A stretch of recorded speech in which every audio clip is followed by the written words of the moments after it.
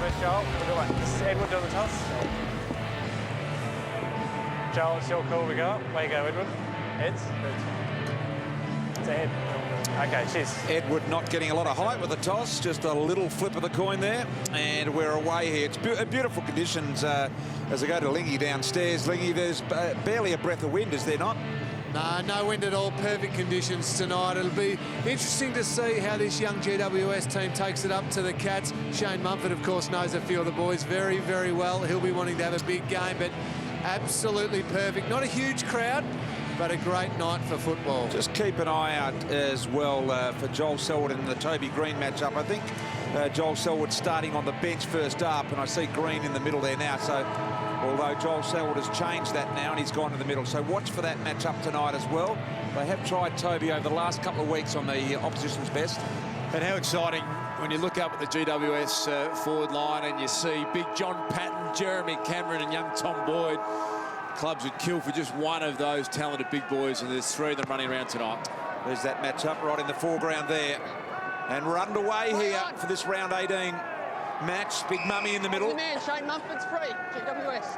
That's okay, it. so good start for GWS. Around the back door on that occasion was Zach Williams, like his stuff as well. Here's Tom Bugg. Bugg just at half forward decides to go back to Josh Hunt now. He's got a lethal left foot. Geelong would be more aware of that than anyone. And here it is on display already. It was a beautiful kick to Palmer. He just couldn't get hands on it. Yeah, I'm not sure that Reece Palmer's the target to be marking the football down there. We just mentioned you've got three #1 draft picks all over 195. Reece Palmer needs to be getting at their feet. Dawson Simpson back into the side as well. It's the ex-Cats getting the early touches. Mumford, Josh Hunt, both spent a lot of time, Josh Hunt, winning premierships with the great Geelong teams. Yep, 198 games for the Cats, 209 in total, and he's played 11 or 12 games this year. Back in the side, trying to add a bit of experience for them. Here's Motlop. Just an absolutely beautiful mover of the game. There's one of the big boys in Boyd. Couldn't get back. Patton there as well. So there's two of the big three in that forward end. Gee, Rivers did well there to neutralise that marking contest. He was outnumbered. Mackie went for the kick inside. Taken away. Now Josh Hunt. He can kick it from there. His teammate just got in the way a little, but he nails the goal. What a start from GWS.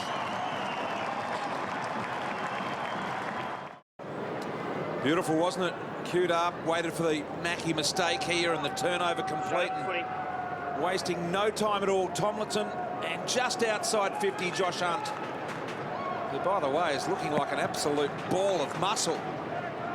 Back in the middle, Simpson goes defensively with a tap, and Selwood knew exactly where it was going. Bartel fast hands them in right as well. Now Kelly missed caddy by a fair way. Green. Just trying to be patient. Gee, that was a funny old kick from Tommy Bugg. Corey Enright starting up on the wing tonight, so bit of a different role early in the game. What's left for him in his footy, Richo? Do you think he'll go on again next year, Corey Enright? Gee, I'm not sure. I think he's capable. Obviously, he's a champion. It might be up to Corey whether he wants to keep going on. On form, he just has to play Corey Enright, and I know list management is an issue, and Geelong are very, very capable of doing that, but I just think he's absolutely prime. Lingy, you'd envisage he'd play another year, wouldn't you, Corey Enright? Yeah, I'm not sure, Das. I think he certainly could, as you said. He's the type of bloke who'll either turn up to the first day of pre-season or won't turn up. He won't want much fanfare either way if he retires or stays. Thompson out wide. Lingy, you see the loose. Is it Hunt v Enright for the loose player there? Yeah, at the moment, is Enright pretty much cruising around by himself, as you said. I think Josh Hunt down the other end. Josh Hunt down the other end, absolutely, which is both dangerous players when they've got the ball in their hands. The one that GWS are putting the time into across Geelong's backline is Palmer is going to Andrew Mackie. So they know how dangerous Mackie is rebounding off half-back. Palmer's playing as a defensive forward. Green. Ward sprints away, a little bit of pace, a bit of a gyro-copter-looking footy, though, as he went forward. Yeah, B2 was onto the other matchup. Toby Green's definitely trying to get around with Joel Selwood at the moment, so that'll be a great education for Toby Green. The young tough nut and the older tough Yes. nut. Or the middle-aged tough nut. As Stevie J went for everything on that left foot kick inside. Bartel, advantage paid. Here's Cam Guthrie, speeding away. Inside 50, shapes up on the left. I'm not sure why he went that way, but it didn't really matter. Either side for him. Yeah, great pace. I thought the Cornelio chase was pretty special as well. But yeah, a goal apiece, and the GWS coach Leon Cameron's been good enough to join us live inside the coach's box. Leon, any surprises for you? You've had a few minutes to just look at the matchups. Anything unusual out there for you? No, not really, Luke, at this stage. You know, we're obviously playing our 6 forwards ahead of the footy. You know, all our matchups, we thought that Guthrie would go to one of our midfielders in Ward or Shield. So, but no surprises. And Bakes, you've got Josh Hunt, was loose behind the football, so he's got a match up there now at centre-half forward. Yeah, I mean, Josh will play on a number of opponents, whether it be Stokes or whether it be Bartel or Duncan as well. So obviously they start a couple up, you know, around the square at centre bounce. So we're just going to be mindful that we come and collect them and come forward to defend when they win the ball back. And the three big boys as well, Leon. He must be excited to have them all out there, Boyd, Cameron and Patton. Yeah, it is really good. Yeah, it is. You know, it's great to see the three of them playing, and also Tomlinson as well. So, just you know, looking forward to make sure they work it together and don't fight individual battles. Good stuff, Leon. We'll tune in with you from time to time. I appreciate you allowing us into your inner thoughts. Here's Stevie J. Duncan from behind. It was a really good tackle by Devon Smith. Boy out of the Geelong Falcons, the footy factory down there with Mickey T. Geez, that was a great committed tackle, wasn't it? And a great technique. It's often hard when you get someone from behind not to force them and give away a free kick in the back, but he did that beautifully. Varco to Rivers. Rivers goes long. Now he's got really good position here. Caddy's got great protection at the back from Hawkins. Hawkins ended up getting hold of it. Bartel clever. Hoskin Elliott, around the corner, Hall Smith. To Selwood in a great spot.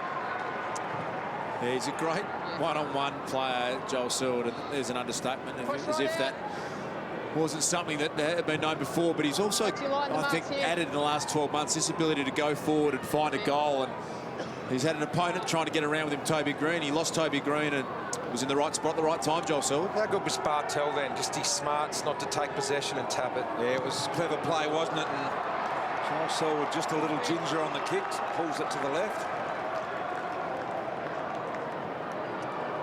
Don't see that very often from Joel Selwood. It was a bit of a tentative approach at goal then. It really was. Here's the big bear, Timmy Moore, kicking in from fullback. Goes short to Bug. That's a mark. Likewise to Lockie Plowman. Out of the Calder Cannons, Macedon RDFL competition. He and John O'Rourke are both out of the Cannons. Goes Mumford in the middle of that pack. What about that? Mumford in the middle, Patton at the back and Boyd in front. Talk about three absolute big boys there. Just got to be careful though. You don't want all of your big players competing for the same aerial contest. And that's precisely what happened there, Richo. McIntosh over the back, Scully. Over the head of Hoskin Elliott, now in right. It's onto the end of it at half-back. What an opportunity with Murdoch working for him. A lot of time and space at the moment for the Cats to work their stuff. Hawkins got rid of his opponent in Davis. Now he goes along the ground, the bender. And a miss for the Tomahawk. Yeah, he's so strong in any... Look at the size of him, Tommy. But yeah, Phil Davis, he's got to be careful not to engage in a battle of strength because, I mean, no one in the comp can win that. He just needs to be able to stand off. We heard Leon pre-game talking about his reach, using his reach, just come in at the appropriate time. Both sides wearing the black armbands tonight in reference to the Malaysian airline disaster in the last 48 hours. Mumford, Hall Smith, Bartel looking for the quick little sneaky kick through some traffic. Duncan dispossessed. Big Mummy throws his body around in there. BT, you mentioned the black armbands that both teams are wearing. Cam Guthrie here after he kicked that goal. Just a small gesture there. Of course, he's from the Sunbury Football Club, where two of the victims were from and spent a lot of time at. So obviously feeling a bit for those people. Absolutely. The Sunbury Lions, the club that was affected that Lingy's alluding to. It's interesting to see John Patton there pushing so deep early. Richo, we're going to talk a lot about Boyd Cameron and Patton, but that's a total team defence. He really worked hard, and at times you're going to have to get up the ground and work back hard as well. Taylor to caddy, and Geelong just lining up across the half-back line here, although tackle was good by Hoskin Elliott, forcing Guthrie backwards. Now caddy. Bit of keepy off going on here at the moment. Kelly with a nice kick out in search of Johnson. Got to be patient here, the Cats, because Patton's got back to help out Phil Davis. Oh, McIntosh, the big man. Too easy around Treloar, and he too pulls the ball across his body. Just enjoy seeing a big man sell a bit of candy. Doesn't happen that often, but that was very nice from him. He's a talent, Hamish McIntosh. You know, he's so much footy, but very close to being an All-Australian, and he's added a fair bit this year for the Cats. I reckon he's almost back to his best now. He was excellent last week. Gee, Davis had to wait for that. He was flat-footed. John O'Rourke's kick was straight to him. I thought that was a throw out the back door. High footy in comes from Kirsten. Geelong everywhere here at the moment. Got to go in there, the little fella, Zach Williams. Got the fluoro boots on with the GWS jumper as Zach. Yeah, the defensive spoil there from Adam Kennedy is something that he'll learn. He just popped it straight back into the corridor. He had to go and try and either smash it through or get it out towards the boundary line, and they did pretty well to hold on there, GWS. Great hit by McIntosh wide. Scully decides to attack the footy, but he'll go nowhere in amongst all those Geelong jumpers. So almost every night we do footy on a Saturday night, we'll talk about the contested possession. Geelong have won in 29 quarters contested possessions. In 28 of those, BT, they win the quarter. So that's how important it is. But GWS are pretty good in that themselves as they get a free kick here against Mummy. So they'll back themselves in this pretty hard midfield from GWS, Richo. Well, that's why we talk about it all the time, because it equates to winning quarters if you do the basics and win the footy. Maybe just trying a bit of Hollywood stuff at the moment here. The Cats, although hanging on to the footy too long there. Dylan Shield, he got nailed by the dangerous Motlop. Motlop immediately sees Enright wide. Green mans the mark magnificently. Was it Devon Smith? Devon. It was Devon, indeed. Up 15. Umpire, good call on that one. Now Enright, chiseling little footy, good searching footy, and he finds Kirsten. That's it, Tim. That was a good build-up, and pretty happy if Corey Enright's putting it inside 50. Just doesn't make the wrong decisions. Have a look at this here. There's numbers everywhere, and he finds Kirsten on the lead. He knows how to draw the footy, Kirsten. He's been pretty impressive. Got some natural forward instincts, hasn't he? Just gets to the right spots. This shouldn't test him because he's only kicking from 35 to 40, but he too. So three players, that one skimmed the post. Three players, all on the same angle at varying distances, have all kicked that right, thinking there's more breeze there than there is.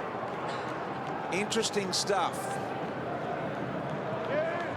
Quickly into play, Davis the target. Scully's on the run on the wing as well.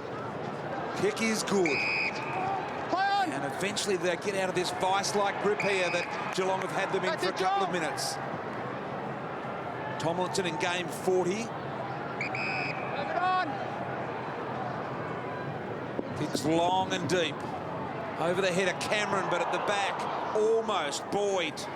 Not quite. Both hands on it. And Richo, I know in your early games when you're playing as a big forward as you did, that you need to clunk a few of those before you're absolutely fully confident, don't you? Oh, absolutely. And when you're 18 years of age, he'll mark that in 3 years. Yeah, you just I mean, he's massive. He's probably stronger than most 18-year-olds, but you don't quite have the strength in the body and your arms to really clunk those one-grab marks in the contest, but it'll come pretty quickly for him. He's a massive unit. So interception here, Devon Smith. Cameron's got to use the body. Did well, Lonigan. Rivers there before it even hit the deck, and Taylor, professional outfit. Geez, that was clever from Lonigan. He actually volleyballed that directly to his teammate. It was so smart with the spoil. Just didn't go and blaze away. It was really well thought out. Just wonder if they're playing just nice footy at the moment. Geelong. And just wonder whether that's not all that normal for them, as Taylor, normally a hard-working outfit with a bit of flair.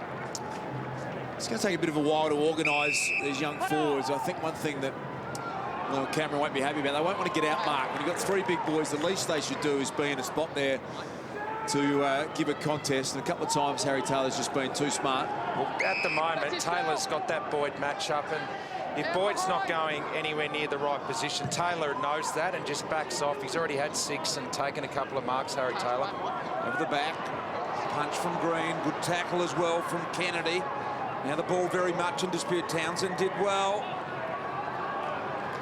Tomlinson, sorry, did really well there for GWS. Now dangerous kick. Hoskin Elliott's got to make it look good with a clean hands. He does, farms the ball out wide. Now Devon Smith's got a decision to make. Does he keep going? Yes, he does. He's got the run of Hoskin Elliott on Stevie J. Hoskin Elliott back inside, and really smart for Stevie J to work the angles there and not attack him. Jeez, he was quick then, Hoskin Elliott. It was smart from Stevie J because he just saw how fast Hoskin Elliott was and had to corral him into the right spot.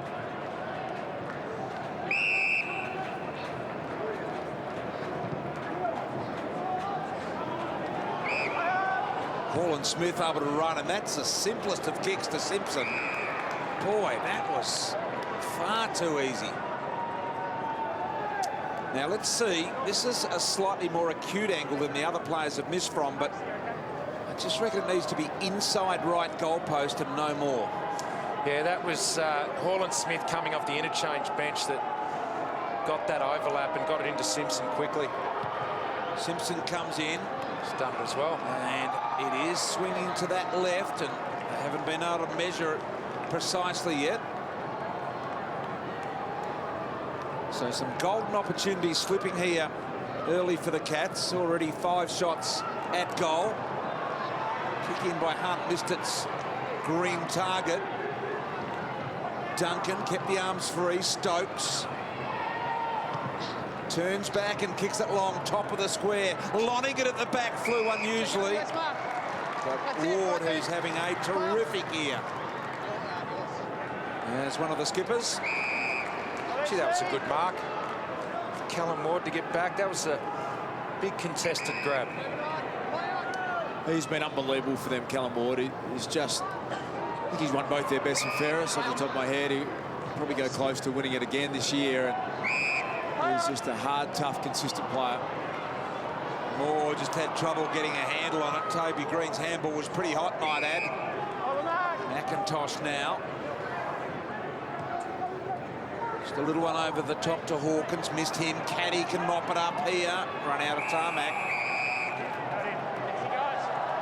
Hasn't been a lot of fast footy here so far tonight. Both teams getting numbers back behind, and it's really hard to move the ball fast and direct.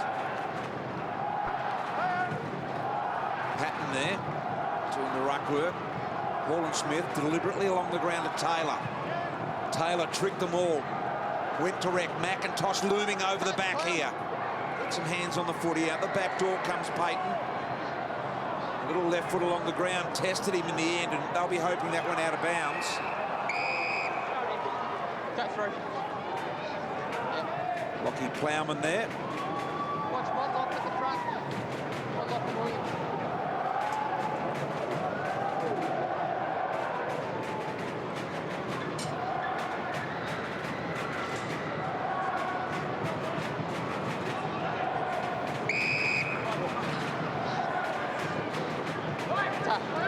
Just the subs tonight. Josh Kelly, the sub for GWS, of course. Famous father Phil, who won 2 Sandover medals over there in the Waffle, came and played a few games with North Melbourne. We'll see him a little bit later on. Jeremy Cameron trying to attack the footy. Lonigan coughed it up, gave it to Bartel, who half spirals one, but got some numbers back, GWS. And they'd be well aware that Geelong are the #1 attacking team in the game still. They love going through the corridor. They do that more than anyone else. And they have an ability, the Giants, to blow lower ranked sides away. They almost become more attacking, more aggressive, and keep you over that run. So I think I'd be pretty happy maybe to keep this a bit of a stalemate in the first quarter and then just get a bit of mental doubt with the Cats, because they don't look like they're right on top of their game. See if they can get in the contest and maybe just put a bit of mental pressure on this great side.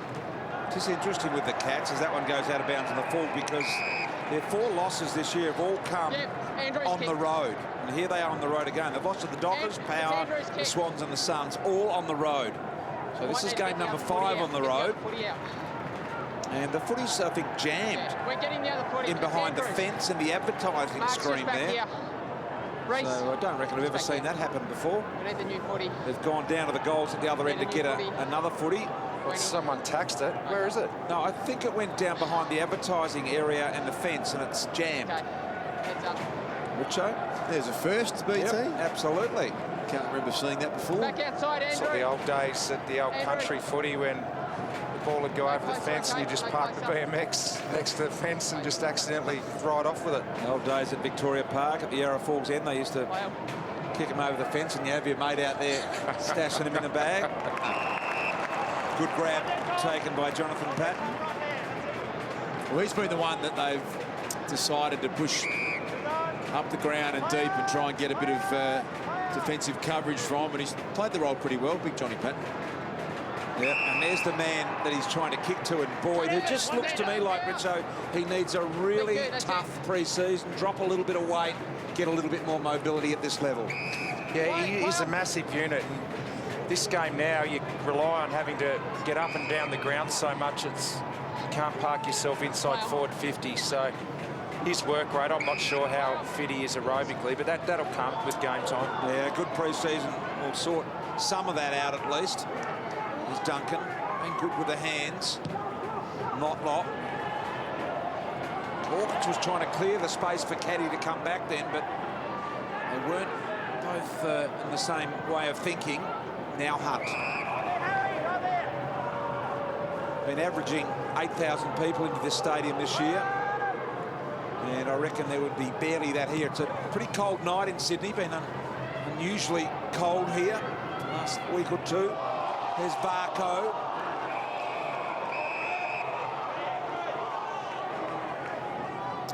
Well, it's not a great spectacle, let's be honest. It's not one that you're going to go back and watch the highlights, but from a Giants point of view, I think they would be wrapped. 4.5 minutes remaining in the first quarter. They're within 4 points. They don't look outmuscled or outmatched. They seem to have some really good defensive structures in place, and they're holding their own, Richard. Well, Geelong have been a fast footy attacking team for years, and pretty hard to compete with them like that, so they'll be pretty happy. This guy's been good, Hoskin and Elliott as well. Now off the ground, Palmer zigging and zagging. Eventually they find Treloar. Barely the required journey. Now Treloar's about 45 metres out. Tough kick. That's play on, said the umpire. That was far enough. Yeah. Do you reckon? Borderline, Devon Smith. Seen him paid, that's for sure. A lot less than that pay. Yeah, we have. Straight back here. He's a bit stiff there. Oh, that's a mark for sure.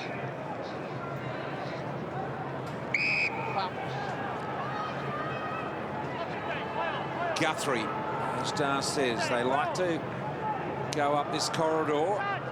It's a good example, although that's play on, touched off hands. Now Moore's got to hit the Cameron target wide, and he does. So Jeremy Cameron now. Boyd's long and deep. Moore kept coming. Yeah, they've got a one-out chance now. So now Moore will go long and deep. There's Patton over the top. Hoskin Elliott trying to take them all on. Rivers, handball. Had another crack at it there, Patton. Better transition that there by GWS. You saw Patton on screen. About a minute ago, he was down deep in the GWS defence. So they're putting real defensive mechanisms in place, the Giants, as you guys mentioned, just to limit the scoreboard at the moment and limit the control of Geelong. So they go into quarter time. Still well and truly in this game. They're doing it well so far. It's a good grab by Hawkins there. Sticky hands. Mackie just doesn't seem to be a lot of intensity involved in this one just yet, as both teams build into it. Treloar, nicely done by Johnson, and now Bartel's driven into the ground on his head.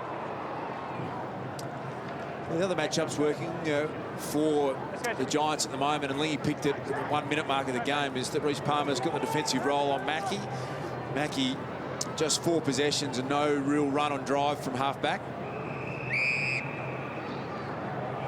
GWS, they're playing a pretty slow tempo game at the moment. Not only 65 disposals, but taken nearly 30 marks. So it's a real patient build-up for them at the moment. GWS been conceding an average of 27 points in their first quarters this year. So as Darsh mentioned, this is a really good result for them at this stage, just conceding 11 to a top 4 side. Even better.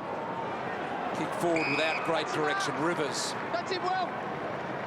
Wait there. Number 1 in the comp for tackles, the Cats. This year, here they once again go up the middle. Johnson. Play on. Play on. Wanted Lonigan to come at him, but he went sideways instead. Duncan getting back now. McIntosh and Moore go at it. Clever little flick back in. It wasn't McIntosh, it was Kirsten, in fact. Clever little flick back in with the back of the hand from him. Thanks, guys. Straight up, straight up.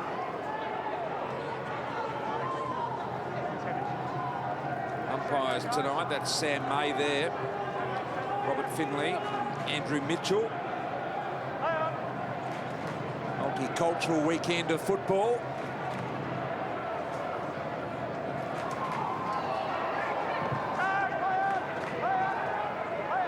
Mumford just went and got it. Scully, fast hands. Devon Smith once again too firm with the handball. Needs softer hands there.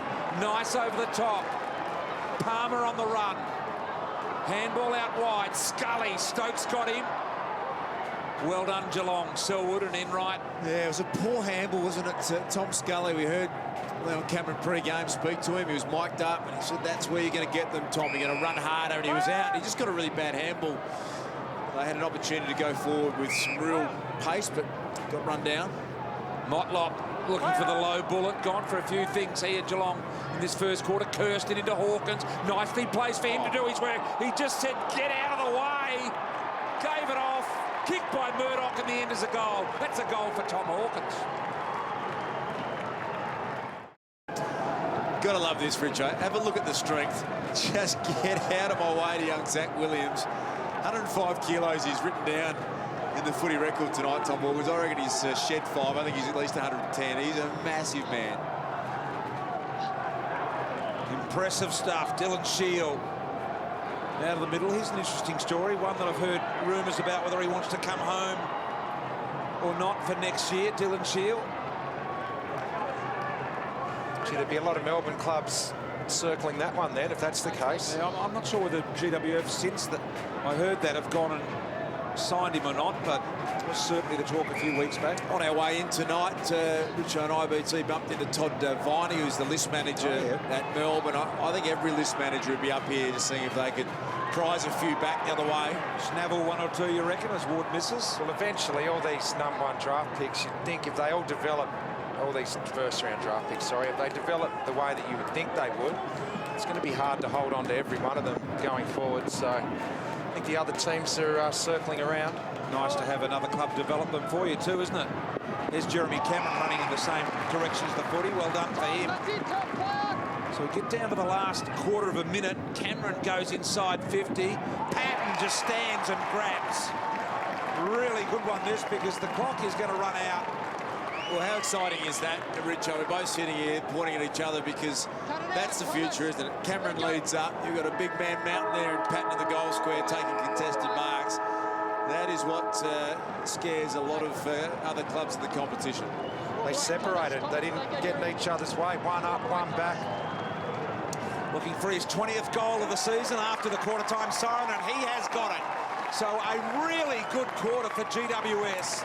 They are just 1 point adrift of a side that is fighting for second position on the ladder. It's 2-4-16 GWS to Geelong 2-5-17. The quarter-time break, brought to you by Carlton Draft.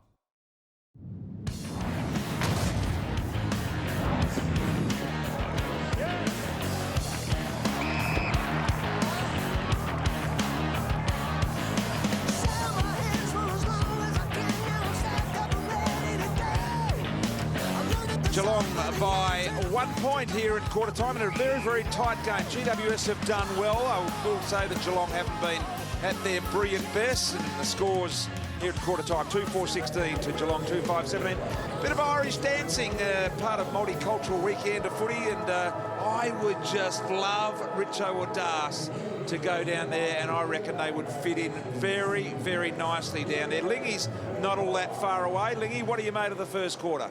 Well, I couldn't agree more with you, BT, about getting Richo and Das down here to try a little bit of that. But I was watching Chris Scott at quarter time. They're talking to his players, and I reckon the main message that he was pushing was that GWS, they've got those numbers behind the ball. They've got that defensive mechanism in place. Well, that doesn't mean that Geelong players can then just live at the other end of the ground, picking up possessions, doing whatever they want. They need to transition. They need to work forward to make those spare GWS players accountable to try and empty out the forward line and get Tom Hawkins in one-on-one situations. We think you've got the right colour hair to do the Irish stuff, Flingy, so...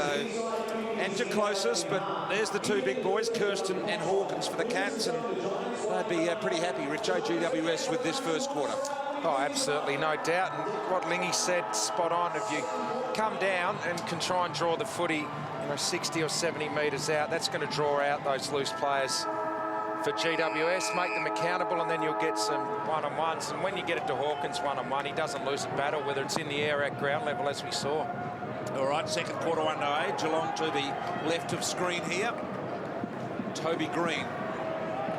Job on Joel Selwood tonight. Cameron around the corner. Heard the umpire's call there. Kelly in amongst it. Palmer was there as well. Hoskin Elliott, who had a pretty good first quarter. Varco with a nice little smother. There is Hoskin Elliott again. Stuck it out in front of Boyd. Got down to it, couldn't quite hang on again. Harry Taylor's kick, Mumford. Just misjudged it a little.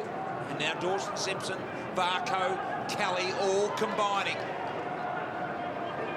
Again, gee, they're so slick and fast and smooth with the hands. Motlop knew he was going to be tackled if he took that footy, but... It's a good turnover, that, from GWS, BT. They applied some good forward pressure, kick let them down, but that's exactly what they need to do. They've got to put them under that sort of pressure consistently.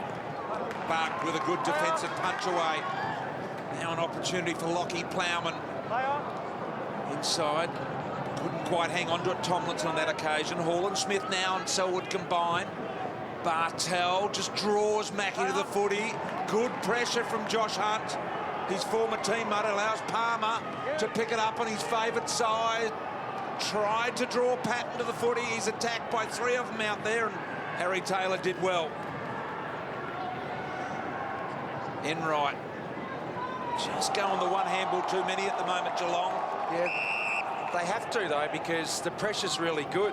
They're getting over in the face of the Geelong players as they try and rebound from half back, and they've got no option than to flick the handballs around. So they're making them take that next handball by getting the pressure they're forcing them to make quick decisions, and that's why when you tend to flip handballs around when players are in your face, and that's what they're doing. It's really good defence at the moment.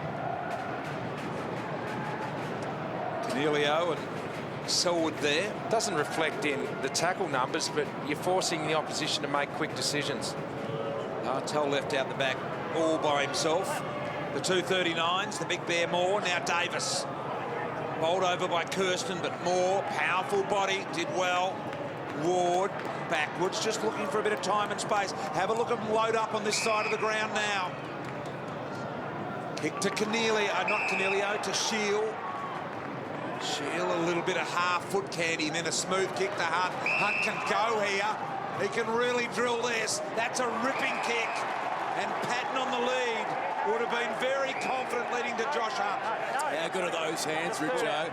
We saw him stand and deliver right on the quarter-time siren, and then to sum it up like that, that is just really good. Look at the hands under pressure. How's the way he didn't kick it too hard and too low? He just sort of chipped it and allowed Patton to adjust his pace into it. Well, it actually gives you more time to work off the defender. If you drill it hard, it just is less time. The ball gets there quicker, and you don't have time to get away from your opponent in Harry Taylor. That was great how he took that out in front. There's no way knowing Taylor can reach the footy. Good all-round stuff, and this time hung it out way too far to the right, so both teams having a lot of trouble at that end. Scores level. You guys mentioned the amount of handballing Geelong's been forced to do. At the moment, they've had more handballs than kicks. 66 kicks to 71 handballs to them.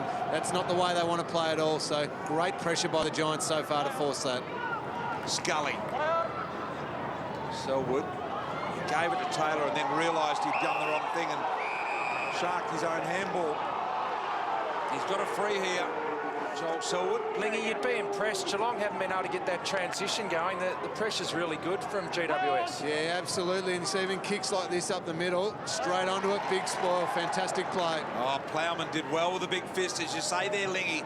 Now they've got to go again. Here's Plowman with another tackle, this time on Stevie J. Lockie Plowman, take a bow. Well done. Pressure skills excellent. Kick not so good. Varco, sharp to Motlop. Got the fluoro wheels on tonight, Motlop. Little one back inside. Stevie J sneaking down, maybe just outside his range here. Hawkins not offering much. No space for him at the moment. No, he wants it in the pocket. He's pointing there. You can just see, but he goes the opposite direction, and everyone went to cover Hawkins and left Selwood alone. I think he's still the only player that can perfect the look-away kick, Stevie J. Joe, just around it's an amazing skill, Thank you. and he did it perfectly because his eye line was looking down the line, and It's like he sucks everyone in. he doesn't he? And no one aware that this man was sitting there all on his own. So great play. 35-metre shot at goal from Selwood, and the goal kicking has not been good here tonight. Selwood's missed a couple from about that range. 0-4 from set shots at the moment, the Cats. Bring it in. I think the other parts of goal kicking have advanced, the snapping, the along the ground shots, but I think the set shot is the, if you narrow it down to a category of goal kicking, is the one that hasn't improved, but I think all other facets of goal kicking have improved. If you were 25 metres out on a less of an angle, pretty much straight in front, would you think about kicking it around the corner now, snapping it around the corner? A lot of them do, Richard. Well, Stevie J did it years ago. There's more of the football to connect with. You feel like you make better contact, don't you, on the inside of the boot, rather than relying on whether it's going to land perfectly on the top of the foot and then go either left or right. You would have kicked 1400, Richo. You would have had that technique up your sleeve. Did you ever think of it, Richo, because you're an innovator, you mean parallel goals and all that sort of thing? Well, if I had my time again, I'll give it a try, I reckon. Maybe not 25 out, but 15 to 20 just around the corner. Even straight in front, I reckon. I'd be worried if you had a shake the note and it got out of bounds. You hit the middle of the footy and it just goes straight up in the air. I reckon your head might have blown off after that. Oh, Scully, that's a sensational handball out the back to Kennedy. Green, once again, he's got to stop handballing so firmly and so low. Here's Ward, he's kicked that out of bounds on the full end. Boundary umpire all over it. That's about 3 times now that Toby Green has handballed too fiercely when the guy is too close to him. Just needs to have soft hands. Stokes. Down the line. Bartel at the back. Hawkins was always going to get it and gave a nice corky to Plowman to go on with as well, and then got it inboard. Well done, Green. Got back in the hole where it's not a nice place to be. Little handball off to Kennedy. Now an opportunity here with Tomlinson. Yeah, you're right on Plowman too, BT. He has copped the ripping cork right in the hip pointer, and Lee will talk us through in a minute, but that might be night over. They're the hard ones to play on from. If it is a corky on the hip pointer, he has a long week in front of him, doesn't he? It's just pain, isn't it?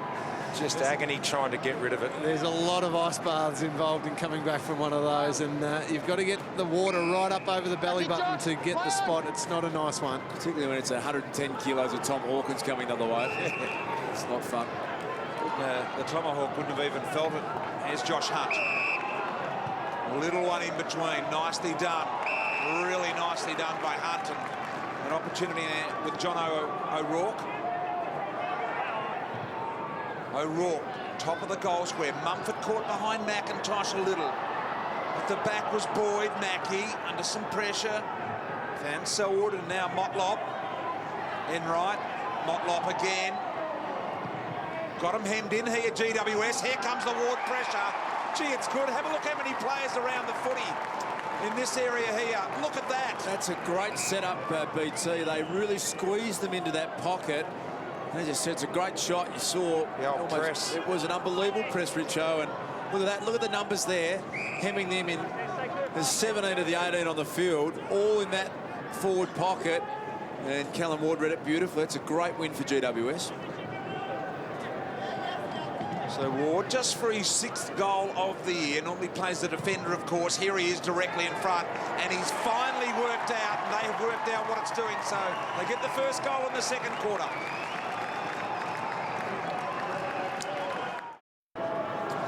Just watching the replay of this Lockie Plowman Corky, Lingy. What's the treatment he's receiving as a result? Yeah, he's up and about and moving, has been for a few jogs. The physio's, I think, pretty happy that he's going to get back on the ground, as the umpire will recall that one. He's moving about. Whatever happens, he does not want to sit down because you don't want that one to cool down and stiffen up on you. So he's just going to make sure he keeps moving for the whole night. Get a shot of all of the players' boots later. They're all wearing the orange bootlaces tonight. I don't know whether you're aware, Das, but the orange bootlaces represent the colour of harmony, of course, as part of multicultural weekend in footy. I wasn't aware, Bristol, but I am informed. The colour of harmony. Perhaps that's an interesting aspect as Bug tries to get the footy out the side door. Varco. So all got the orange laces in. I think most of them have anyway. Kick out the side here. Here's Duncan. Gathers, went back to Lonigan. Got an awkward bounce, Hall Smith, Duncan, but they're working them back here. Look at the frontal pressure, just keep coming at them. These orange jumpers. Mackey's found space over the back. And so Ward works really hard to make sure he kicks over the mark. Now Enright launches over the top of all that. A good-looking footy, deep inside 50. McIntosh was dragged down. Well done at ground level by Zach Williams. Kick not so good. We saw as that Enright kick came in there to 3 Geelong players and 3 GWS players. We look at the boots and the laces there, as you just mentioned, BT. That's been the trouble, is the kicks have come in. Geelong forwards aren't isolating. They're not getting one-on-one. They're always running into the same spot. They've got to organise themselves better down there. Scully. Little flick handball to O'Rourke. Yeah, when McIntosh is having a rest off the ball, the last thing he wants to be doing is going up for a mark with Tom Hawkins. Zach Williams, high ball, but it's good. Palmer's there, and now they've got him here. They've got 2 one-on-ones. One of those is Cameron, and the other is Boyd. Boyd almost slipping over. He could do well to get it back into Cameron. Turned around himself, and that is great composure. And the play on ball as well. Palmer drills the goal. Play of the night from the GWS. Well, Richo, this is the #1 draft pick, and that is a great little look at what he's capable of. Turned Harry Taylor inside out. He's 200 centimetres and 104 kilos already in his first year, and if he's got that sort of athleticism, you can see why they went #1. I thought when Harry nudged him, he was going to lose his footing. He looked like he was going to fall over, and you can do that as a young, tall forward. You can go to ground easily, but he didn't. Kept his feet, and how good was the finish inboard? Great handball from Patton in the middle of the ground to set this one up with their clearance as well. Got to ask the question, guys, what's going on in footy at the moment? I mean, the Saints give a nice old walloping to a top 4 contender in Fremantle, and another top 4 contender here in Geelong being served it up by GWS. It's good, though, isn't it? Because if you don't come switched on in this competition at the moment, anyone can beat anyone. North Melbourne going down Friday night, BT, Carlton, who had a massive amount of play, and Lingy, I just get the feeling it's got that sort of look about it tonight. Geelong look flat. They're getting outplayed at the moment, and they really need to just switch into gear, don't they? Yeah, they'd be filthy with this start. Absolutely. Chris Scott certainly would be. Just too much on GWS's terms. Their pressure is the one leading the way, not vice versa. Geelong just happy to play a little bit of easy footy at the moment. Run around, think they're going to get the job done. They need to switch out of that. I mentioned that at the start of the game. The first 10 minutes, I thought they were playing a bit of Hollywood style, sort of just nice footy. Only 2 tackles this quarter for GWS. That's hard to believe. And that's why it's not all about just the pure tackle numbers, because their pressure's been outstanding. It's just being in the face of the opposition. And their gut run's been really good too. Even that effort there. It was a 75-metre run. They're burning off their opponents. Just working a little bit harder, GWS. And they've picked the right time, Das, to run forward. They've backed themselves when the opportunity they thought they could really win on has come through. Not just gone every time and left Geelong open behind the footy. Taylor, Bartel, here's Hawkins, trying to flick it back to Bartel. Hoskin Elliott's just been real good in this game so far. Now the speed of Zach Williams here, looking for the give and go. Through the middle, here is Zach Williams, the man with the fluoro boot. Long driving ball, Jeremy Cameron, can he turn Loningan around? Got a high-ish bounce. Now the opportunity with Scully, back to Cameron. And at the moment, GWS are beating them back that way. They are. They outnumbered them in Geelong's forward 50, won the ball at ground level, and then just transitioned through the middle of the ground here. Yeah, the Zach Williams kick was good, wasn't it? It was a good, yeah. He could have kept running, but he saw that Cameron had space and a one out. Look at that. Well, they've already got the biggest margin of the game so far here. GWS under their belt at the moment at 11 points, and Cameron looking to extend that with a really tough kick for a left footer from there. I tell you what, this start by Geelong has done. It has filled a lot of these GWS players with confidence now. You saw that link-up play through the middle of the ground. The forwards are now starting to isolate really well. They believe that they can cause an upset here, and that young, talented group that GWS have got, when they're allowed to play, they can certainly play football. And you look at them all out there at the moment, Lingy, and they're all pointing and telling each other where to go. It's just contagious, isn't it? Yeah, exactly right, BT. As a young group, if your confidence gets down, it gets down quickly, but on the flip side, when it's up, it gets up very quickly.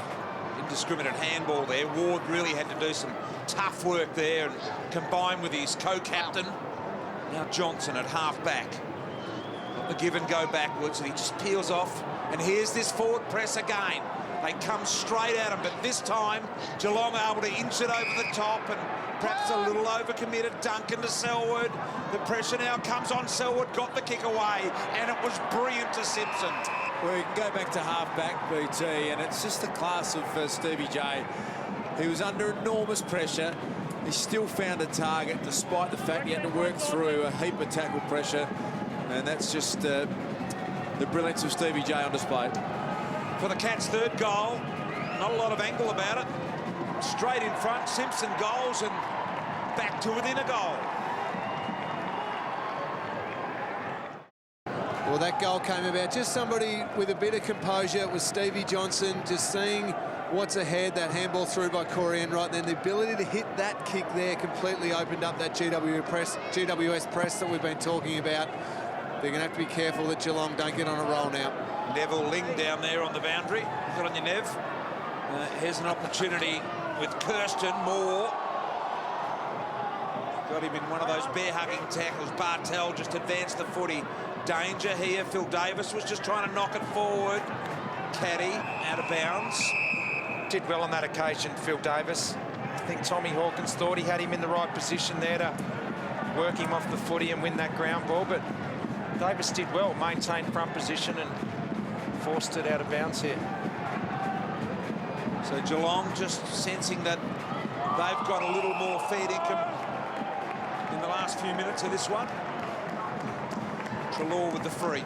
Richo, you're right in terms of tackle numbers, GWS. They haven't laid it a lot, only 15, but the ones they do, they really stick there. Strong-bodied young men, aren't they? And they go after their opponents with a fair bit of aggression. Patton was interfered with on his approach to mark there.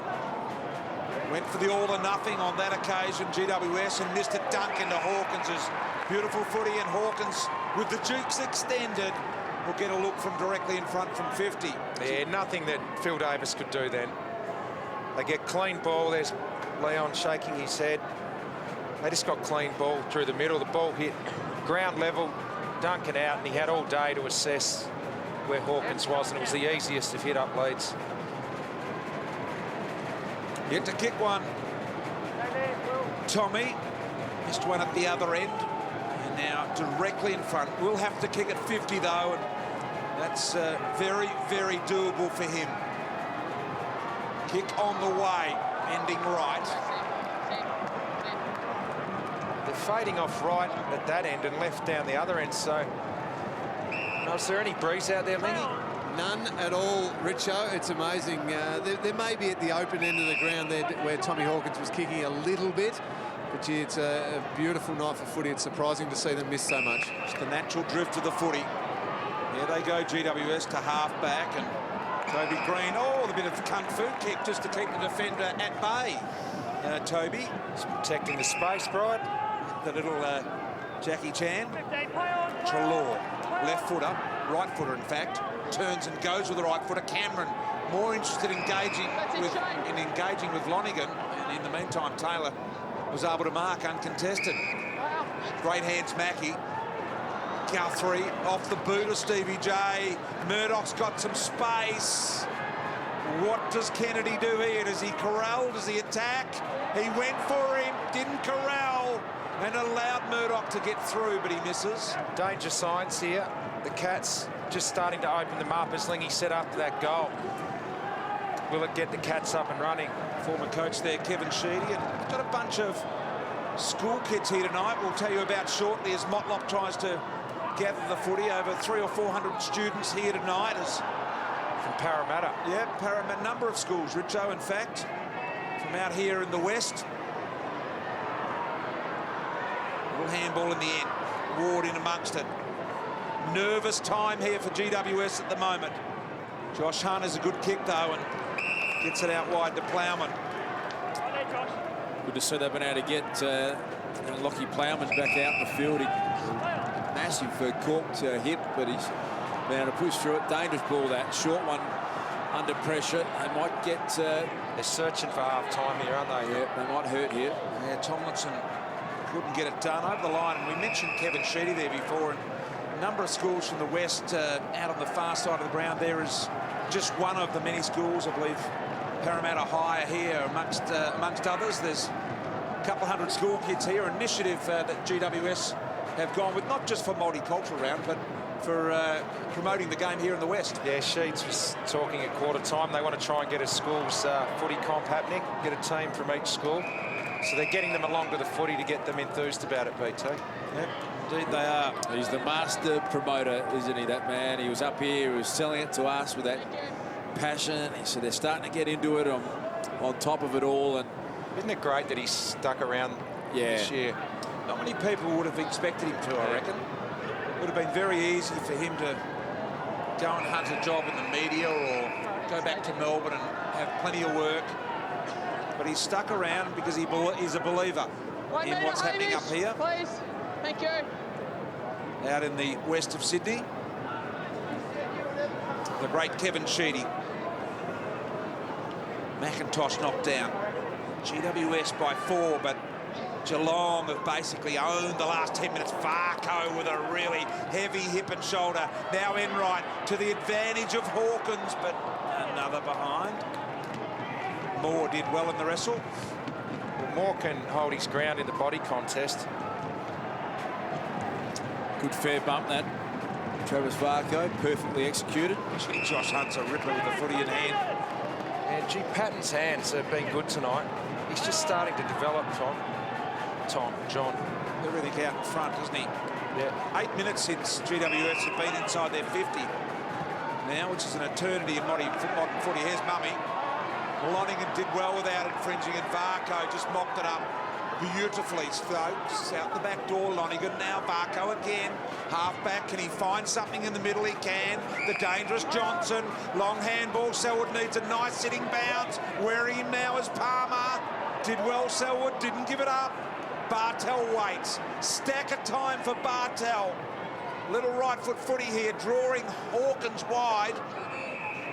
And out of bounds. We're only 300 metres away, but it didn't look out of bounds from where we were, but Hawkins was surprised too.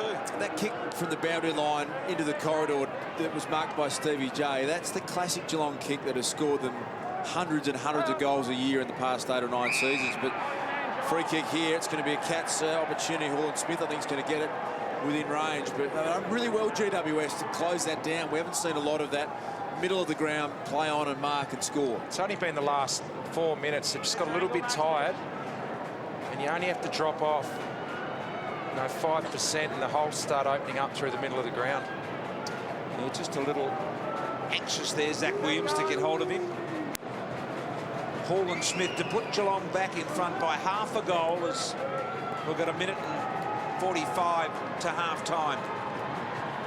Kick is off to the left, so they just can't get this natural drift in the footy. As Lingy has said, not a lot of wind out there, and they're actually not sure where to aim it at the moment, where to start the footy. It's like the golfer, do I start it down the left, do I start it down the right? And in the end, they don't know, and they rarely get it right. Wouldn't you just go up the middle then? There's no wind. Probably, Richo, your simplicity, essence is the design of, you know, you're just fantastic with that sort of stuff. And Well, there's no wind, so you just kick it at the middle.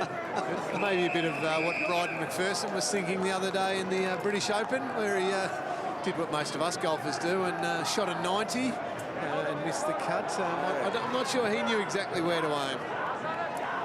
Yeah, that was brutal, wasn't it, Lee?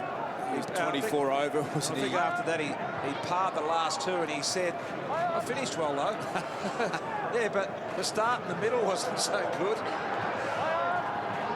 A minute to go in the half. Simplicity is the essence of design, is what I was trying to spit out before, Richo, and you are the epitome of that. Well, you tried to complicate it. I did. Bristol. Didn't quite come out the way I wanted it, Mackie. It's an old tech drawing phase. As Mackie goes long and deep, Hawkins the target, a little too deep for him. Stevie J lurking around the corner. Geelong back in front by 4 points.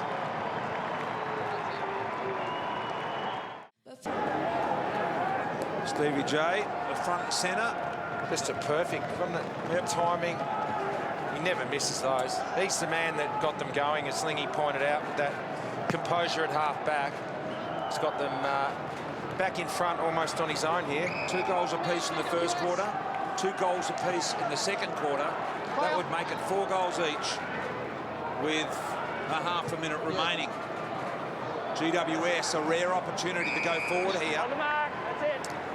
Yeah, Harry Taylor's caused them some issues. 6 marks, 15 possessions in the first half. He's been able to really repel a lot of their good positive forward moves.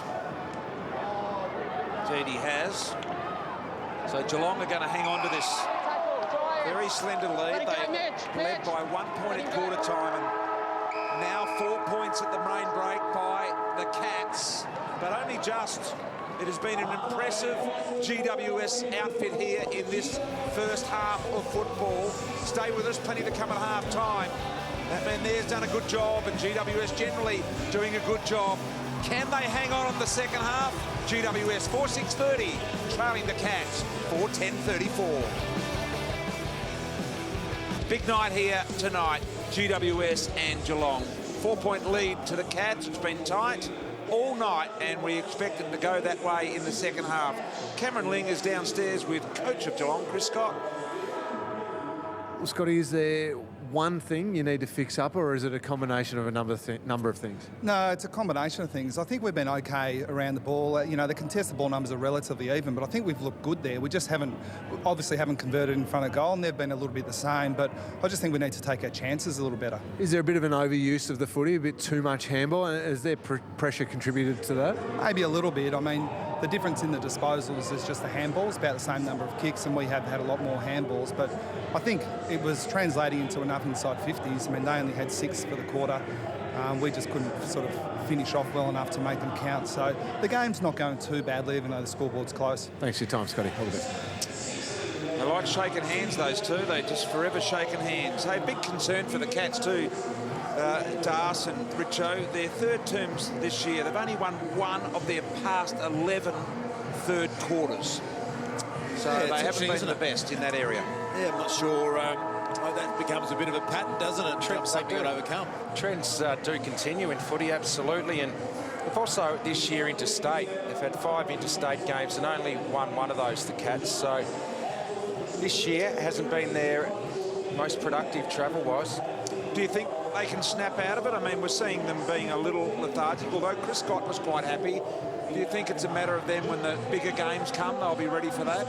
Well, they win tonight and they're in the top 2, so they're right there again, the Cats, and there's a lot of upside for them. I wouldn't say they're playing anywhere near their best football at the moment. If they got into the top 4 in good shape, you just think that their mojo comes right back and get another home final down in Geelong. These great players that have won premierships, I would still see them as a massive threat. But you can also see tonight, when you turn up, it's hard to keep that effort level up. They're not anywhere near 100% on tonight in my mind, but occasionally it's just the class. A bit of Stevie J, a bit of Joel Selwood, a bit of Corey Enright. Is that going to be good enough to get them over the line tonight? All right, well, we're ready to go with the second half here. Geelong by just the 4 points. They led by just the point at quarter time. Mumford in there, Guthrie, Hall and Smith. Or is it Caddy? Caddy it is, in fact, and the subs have still yet to be used in this game. I've had no injury concerns. Plowman got a bit of a corky, but he's recovered from that. Other than that, it's been all clear. Here's Enright. One of the outright stars of this Cats lineup. Stokes. Beautifully positioned footy, allowing Motlop to work off his man. So slow build up from the Cats now. Giving all the high flyers an opportunity to do their stuff in the air. Mumford, a bit of a fumble. Quick snap by Harry Taylor, and he missed.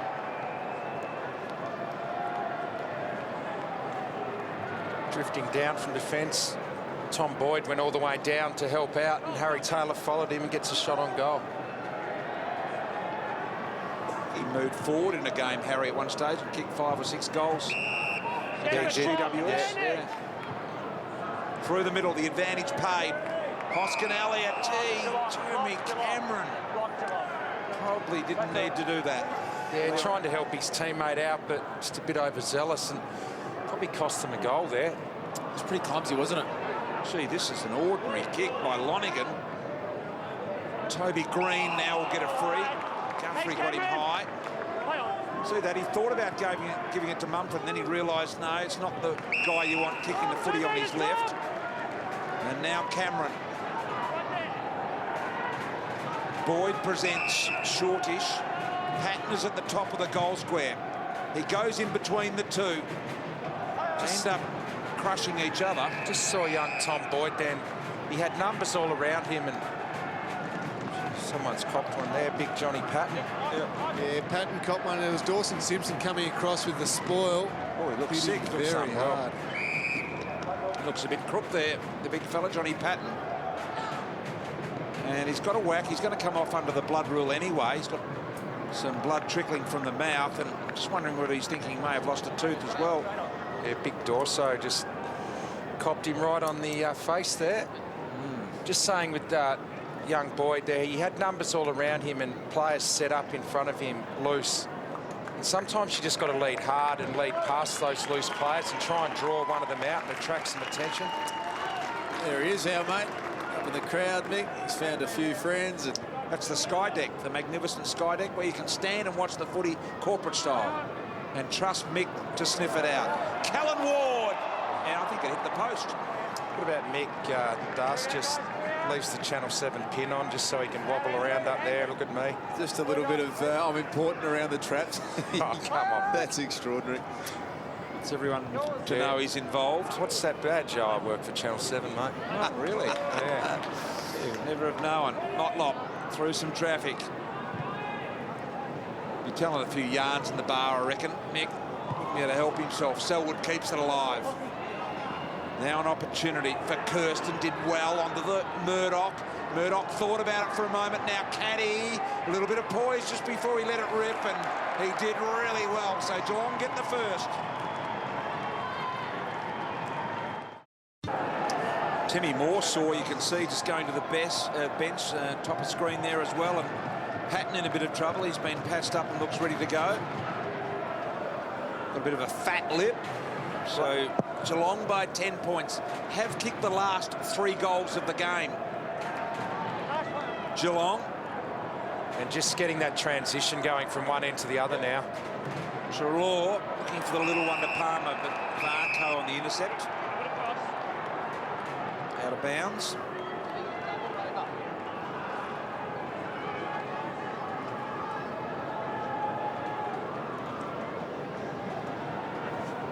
Simpson knocked down Enright. Handball half to the boundary line and half to Selwood. And just put him in a nice zone where he could feel comfortable. Is he making enough effort to get rid of it there? No, I didn't think he was either. Umpire agreed. Advantage paid, but it was a tough one because he had players all around him. Stevie J will definitely look for something in the corridor here. Goes a little wider. Hawkins. Gee, that kick was kicked to the perfect spot to allow Hawkins to use his body. Certainly wasn't right. Now he goes long and deep. Kerson's there. Bartel over the top. His former teammate in Hunt. BT, you just said that use of the body by Tom Hawkins, fantastic. He's on Phil Davis at the moment. Tim Moore running up and down the boundary line, testing out his left knee. They're keen to get him back on to obviously match the strength with big Tomahawk. Okay. There's Cameron, really high. Lonigan, great little knock to Enright. Just those little things matter so much. Now Varco got it all to do. Drills it long and high. Tell you what, Bartel's got the clearing here. I think it was Kirsten that cleared the path for him. It was well done. Yeah, he won't be happy though, Leon. Das, sorry to interrupt you there. That was a long, high ball. It sat in the air for a long time. Barco didn't really get hold of it. And look at all the numbers. Just it shouldn't have been allowed to take a pretty much an uncontested mark there. Kirsten did do well though. He kept a couple of defenders occupied. Couldn't be any more in front. Bartel to make it 4 Geelong goals in a row and give him the biggest margin of the game, and he does not miss. Geelong by 16 points.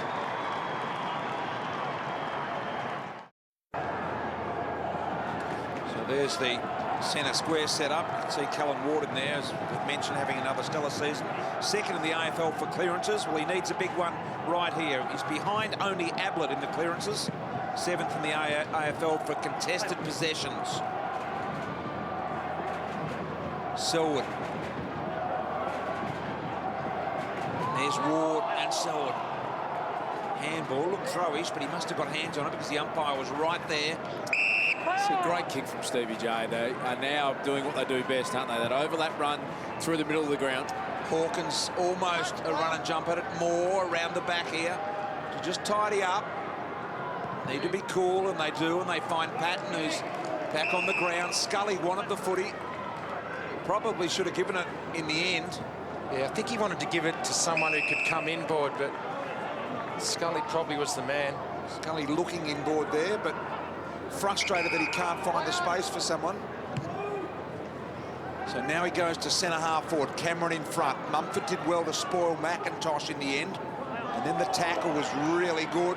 Little handball here, something exciting here. Cameron gets a look and just pulls it a little. They haven't kicked a goal now for 25 minutes of playing time, the GWS. In that time, the Cats have kicked 4 goals, 5. Jeremy Cameron there, by his own lofty standards, that have had a relatively quiet year. Kicked just the 12 goals in his past 7 games. Did all right against the Dockers last week. I watched that, and he kicked 2 goals, 4. He looked like he started to find a bit of it. Yeah, interesting. Lee had a chat to Chris Scott at half-time, and he said, look, we're not overly concerned. We feel like we're going about it pretty well. Just a matter of just maybe dotting a few I's, crossing a few T's, and they've responded, haven't they, with the next 4 goals. So he was pretty composed, Chris Scott, about it all. Little handball out of the top from O'Rourke, and now Seal goes long but too wide. It's just those big names that have the ability. Leon getting frustrated. In the second quarter, it was Stevie J who got involved and got them going, and now Joel Selwood at the start of this quarter. Haven't had that same pressure on the footy so far, GWS, in this quarter. G. Rivers went for a low bullet then. I think if you don't get the scoreboard pressure on, I mean, they were really good at limiting Geelong scoring, but they had a period of dominance, but they couldn't get any scoring happening the other end. Now it's Geelong's turn, and they've been able to hit the scoreboard. Most players around this gathering. There's the straight arm from Treloar, who got one high. Dylan, right out, please. Treloar just sends it high. Forward bound once again. All the big boys are there. Boyd was there, couldn't bring it in. Now Palmer, Scully, little handball off. Fast hands here. Need to find some space for someone. Treloar goes back to Kennedy. Kennedy now goes inside 50. Rivers over the top, did well. Enright threaded the needle magnificently. And now look at this. Look at the action of Motlop once he gets a full steam up. Very impressive. Duncan to Hall-and-Smith. The run forward by Geelong here has been very impressive. And Stokes finishes neatly to Kirsten.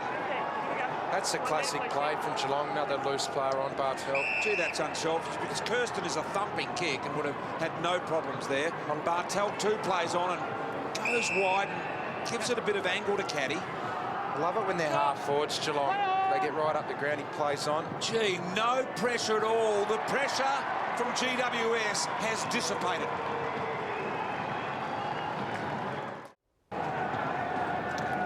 So starting to apply the screws now, Lingy. 5 goals in a row for the Cats, and I can see why Chris Scott wasn't as concerned as perhaps we were. Yeah, he felt that they were able to generate the entries. They just need some composure. When you see them using the ball like that in their forward 50, you'd be much happier. They're starting to get that run off half-back. Motlop's joining in, Selwood, Duncan, all of them.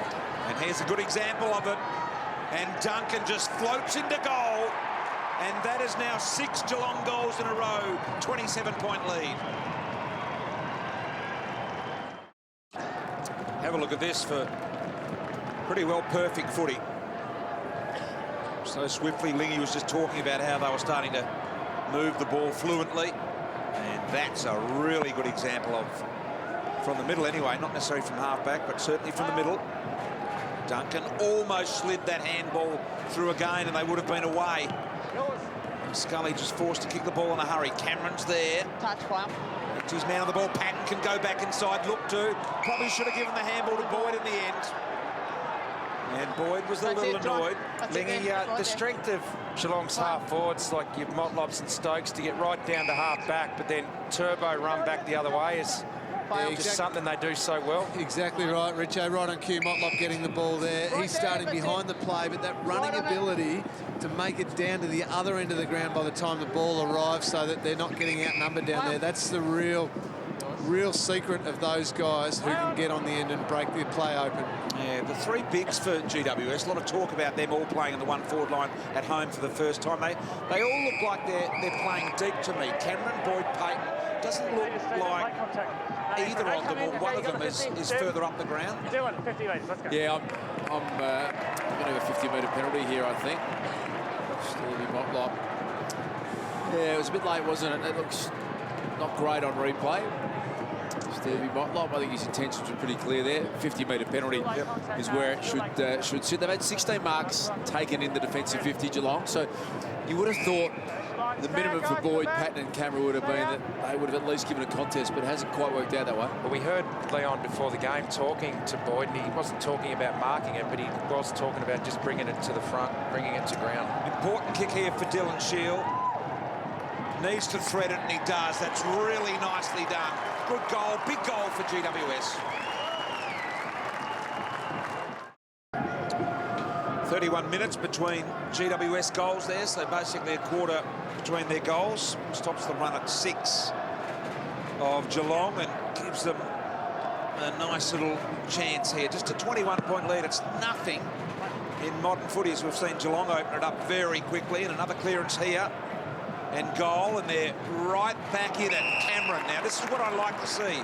Cameron a little higher, the other 2 back. Cameron now long in that direction and out-muscled their Patton, Mackie. The kick that Patton wanted then was unrealistic. Yeah. He wanted Cameron to kick that nearly 60 metres to him deep. That was the time where he had to get on the lead. Have a look at Cameron there, pointing out to the umpire the mark should be at 49, because he knows this is right on the edge of his capabilities and every metre is important here. Mark's right on 50, I heard the umpire say. Yeah, be right on the edge of his distance. It's a great point you make, Richo, is actually understanding where the ball can be kicked to, and they've got a bit of learning, these big forwards. So Jeremy Cameron looking for his first goal of the night. Is it a little short? It is. That's why he wanted that extra metre or two that he didn't get. Yeah. For the ball to hang in the air for as long as it did, for Cameron's kick to get down to Patton, I mean, there's that much time for Geelong players to get third man in. So you just need to know when to hit up and when to call for the longer kick.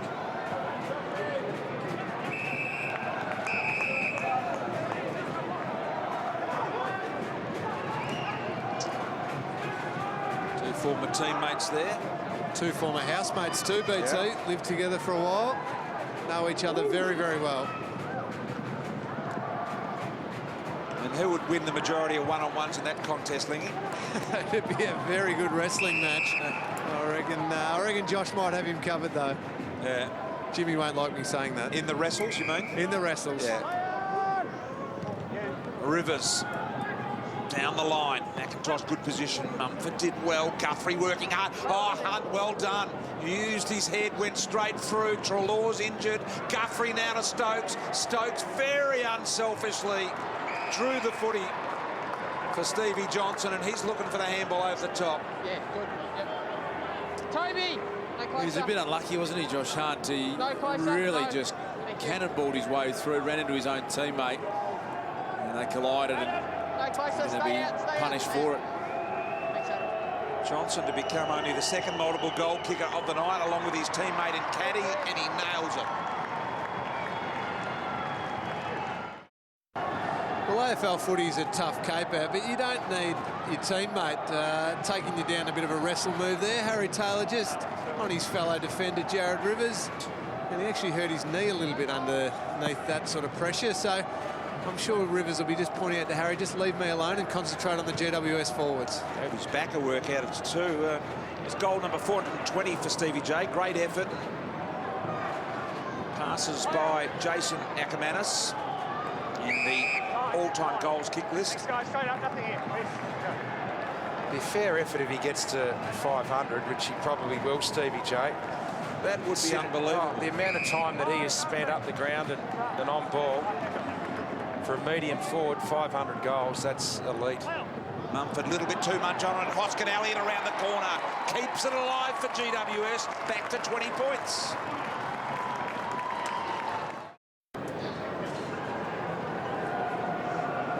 Hoskin Elliott has been impressive tonight. He's 17th touch. Kicked 1 goal 2 for the night. He looks dangerous. He looks lively. Plenty of enthusiasm about him. So he kicked 2 of the last 3 in a little mini comeback here for GWS. And it's a very manageable 20-point. Here's the sub. Watch these guys, Sam. Getting ready. Yeah, Josh Kelly just doing a bit of warm-up there with Craig Lambert. It's because Dylan Shield is getting checked out his left shoulder on the bench. The docs and physio spending a bit of time with him, so they might be making their sub soon. Put Whitfield in for surgery, major reconstruction surgery. As that ball is beautifully to Hawkins. Hurt his back a little in marking that a little then, didn't he, Tom Hawkins? That's the delivery from the superstar Joel Selwood as he runs off the ground. Joel, look at this. That's perfect. Just watch Hawkins here reach for the back. That's not good, because we know he's had a lot of back trouble. Let's hope he's all right, Tommy, because he's had a terrific year. 15 gone. So here he is. This needs to be right goalpost or thereabouts. 7.5 remaining in the third quarter.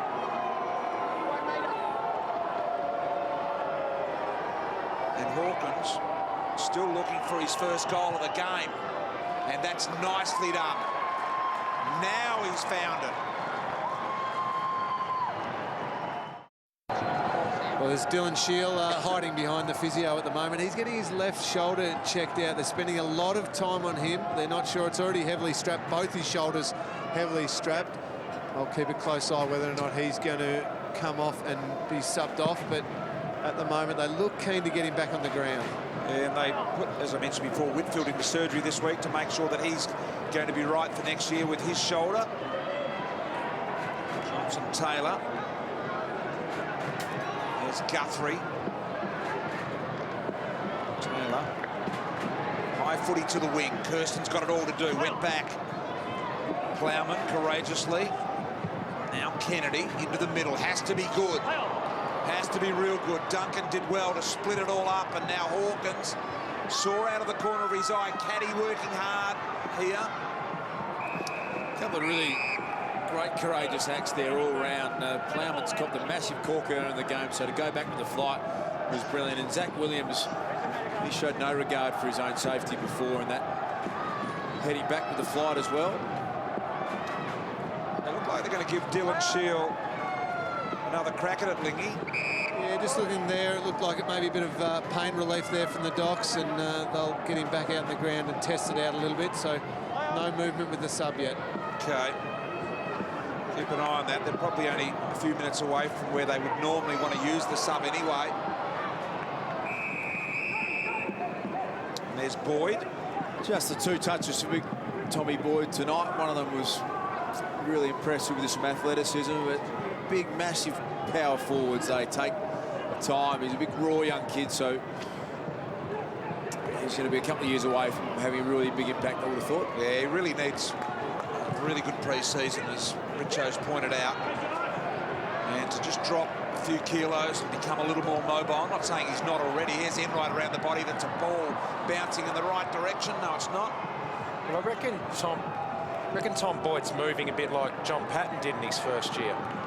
Just not covering the ground as well as he could. And I'll tell you what, Richo, they both remind me of the bloke up the other end, a young Tom Hawkins in his first or second year. Just massive boys that they'll fill in to become absolute strong key forwards and be able to cover the ground a lot better. Really good point, actually. I agree with that totally. Here is Devon Smith. Trelaw through the middle. Cameron once again went up for the ball, but they kick it over the head. Got to make up their minds whether they're going long, short, or what they're doing there. Yeah, Lonergan just beat Tom Boyd back to that loose ball pretty easily then, so that'll come with time. Well, you remember the great John O'Brien, statless in his first game. He Donuts. Yeah, didn't touch it at all. Came good pretty quick. Ended up being one of the all-time greats. Murdoch. I don't reckon that ever happened again. Kirsten. No. You had donuts on Bruce Stool one day, BT. I had a handball. That was my first game against the great Bruce Stool. That was one of your only handballs. Yep. First and only handball. Quickly learned that wasn't my go. After just the one. The doormat just gave you a toweling. The flying doormat, he was a marvel. There's Palmer. Now this is better to Cameron. Now here's, I think it's Boyd. Or is it Patton? It's Patton deep. And over the back is Ward. Went for it. Didn't quite bring it off. Yeah, and that was just a really, again, Richo pointed out about Johnny Patton learning. He had Hall and Smith as a mismatch. He tried a zigzag league when all he needed to do was just wave his arms up and use the big frame on that occasion. So still learning these big forwards. Here he is. He'll get it presented lace out. And this time, great kick from Josh Hunt. Back here, Dawson. Great mark too. Strong hands. Johnny Patton. So he'll line up here. He's got to learn, though, to go the other way when he walks back, because he's making the angle more severe. He's taken 8 marks tonight, John Patton. Marks here. And his work rate has improved dramatically from early days, and that's where Tom Boyd's at the moment. Looks like Plowman. Yeah, Lockie Plowman subbed off Josh Kelly in, BT. Okay. Look at Lambie just putting the trackie on for him. He's dressing him. There he comes, Patton, and that's beautifully weighted. Second goal for him, and still in the hunt here, GWS. Richo, you look at the top of your screen there, you can see it's Hall and Smith and Patton's instinct was to try and beat him on the lead. And Dawson Simpson comes late, so maybe he would have got there, but you would have thought Patton would have thought, well, 20 kilos and about 15 centimetres, that was the one to stand and deliver. So it's just working out when you've got the mismatch. And if he had have stayed deeper, Ward would never have come back like that. He would have held ground, so he'll work it out. Dorso there had a little bit of trouble controlling the footy, but Geelong have worked it with hard work into their forward end. GWS definitely need the next goal here. They kicked 3 of the last 5, but they can't trim it back beyond that 20-point margin. Here's Patton on the lead. Harry Taylor put up the left hand there. Patton did well to try and keep it away from Taylor. Now Enright. Almost a throw. Players appealing. Umpire said he got rid of it, but Lock did him a favour.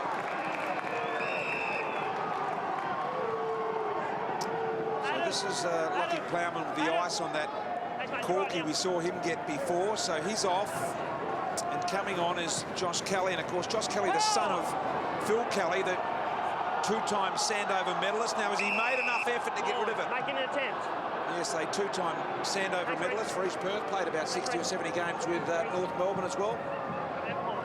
Did Phil, he was a gun, Phil Kelly. Well, I think his son's going to be a gun as well. Stevie J almost, but the smother.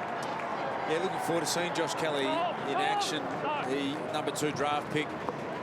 Debuted in round 2 versus St Kilda. Holds the record for the 3-kilometre time trial at the draft camp. So he really. What did he do there? Have to look that up, Richo. But we need to get him that notice. Thank you. But unbelievable aerobic athlete. We need to get him in the grand final 2K sprint of Geelong are playing with Blitzars and Smithy from Hawthorn, Isaac, the long-striding Isaac Smith. Love to see a AFL race with these guys over 2Ks. How's it developed, that concept? Well, it hasn't developed, but the grand final sprint's old news, I think, Richo. It's no longer relevant. I think the more Danger relevant wins thing it is every year anyway. 2K, yeah. Danger's the, I think, 3-time champion. It's going to be relevant this year. Mick Malloy has put his hand up and he's running in the grand final sprint. Confirmed. Well, you were meant to last year, Brian, for I wasn't charity. meant to. You asked me to, and I said, you said no. We've got a nice replacement. You would have been running with a big pebble in your shoe, Bristol. Can you imagine? Oh, I would have loved to have You seen had a 60-metre start, and they still would have mowed you down, Bristol. And exactly why I didn't do it, because of what you guys are saying now, and that vision would have been there forever. Not unlike your drop catch in the cricket. Yeah, I know. That's why we wanted you to do it, Brian. So a minute 37 here. Can't afford to concede GWS here now. Absolutely cannot concede.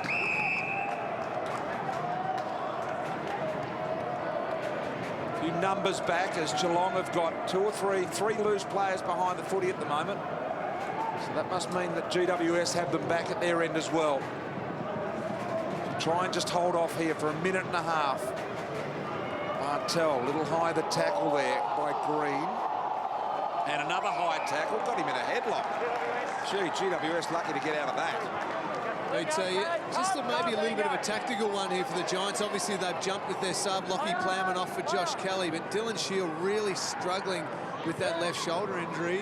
In talking with the doctor and physio, I'm not sure he's really keen to get back out in the ground because he's very, very sore, so they might be one down on the bench. Gee, they're not kicking it well to Jeremy Camlin. Another example there. Tomlinson needed to put it out in front so he could use his body. They've been sticking it either on his head or over his head.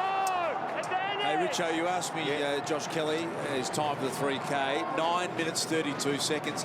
Josh Kelly, the best statistician in the world, tells me that might be the best ever. The top 2 or 3. The world record, Daniel Coleman, world record, 7 minutes, 20. Jeez. Here's Stevie J for the goal that GWS don't need to have kicked. Well, he's only got 17 more seconds to knock off my time in the 3K, Dars. A bit of me from old Lee down there. You were 9. Who was it that did the time, Dars? Daniel Coleman, the Kenyan. That's the world record, not an AFL record. So what did you do, Lingy? 9:03? 9:15. 9:15. Come on, Lingy. So he rates his endurance rating, Lingy. I don't think he'd be a 9:15 just at the moment. Whenever we mention endurance, Lingy always just wants to get involved. And he's trained off a touch, though. You can put a 1 in front of that now for Lingy. There's Selwood. Yes. Now, this is a big shot at goal here as far as GWS are concerned. 22-point lead here. Fair way out. Have struggled kicking goals at this end tonight. Let's see what Joel Selwood can do here. have to kick at 48. On the ways a little left, as they have been all night. In fact, yes, the behind will be signalled here. So Geelong by 22 points, 10-13-73, leading GWS 7-9-51 at three-quarter time.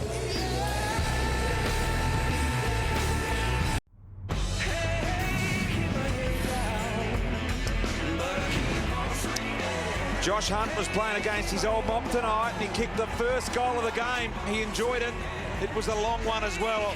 They're off to a nice start, GWS. Guthrie was able to answer back and then signalled for the Malaysian airline disaster, of course, with the black armbands. Murdoch was able to goal. Geelong were up by just the 1 point at quarter time. Now, Boyd was able to assist here with Palmer. Palmer finished with the goal, and at this stage, Leon Cameron was enjoying it. We're enjoying it. Things were going nicely for GWS. Stevie J kicked a vital goal just on the half-time siren. Geelong by 4 points. In the third quarter, Bartel Mark got more frustrated, did Leon Cameron, and then Duncan gave him a game-high 27-point lead. But they've fought back now, and Geelong by just 23 points here at three-quarter time. So still a contest, still an opportunity for the Giants. Didn't quite put them away.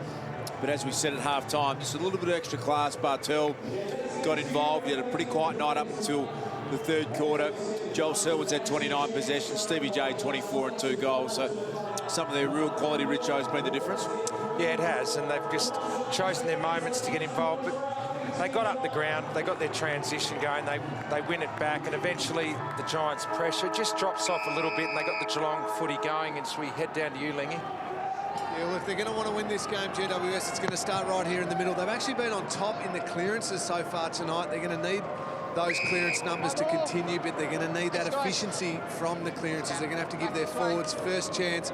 Otherwise, this powerful Geelong team will just run over the top of them. Selwood. Agree with you there, Lingy. Guthrie through traffic. Can't be that easy for the Cats as Bartel marks. Fast hands, great awareness. Stevie J gets a bit of an open look from 50, and that's all he needs.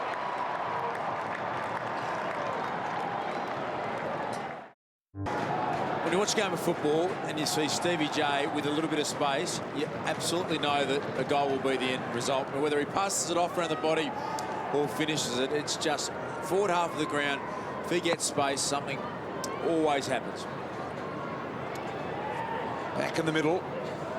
I love the way they're half forwards, and you can see Stokes and Motlop now. They come up to the contest, they get involved, and if they don't get it, they burn them back the other way. They're out again. Gee, how was he able to run from there without anyone going with him, Selwood? And the kick was really good as well.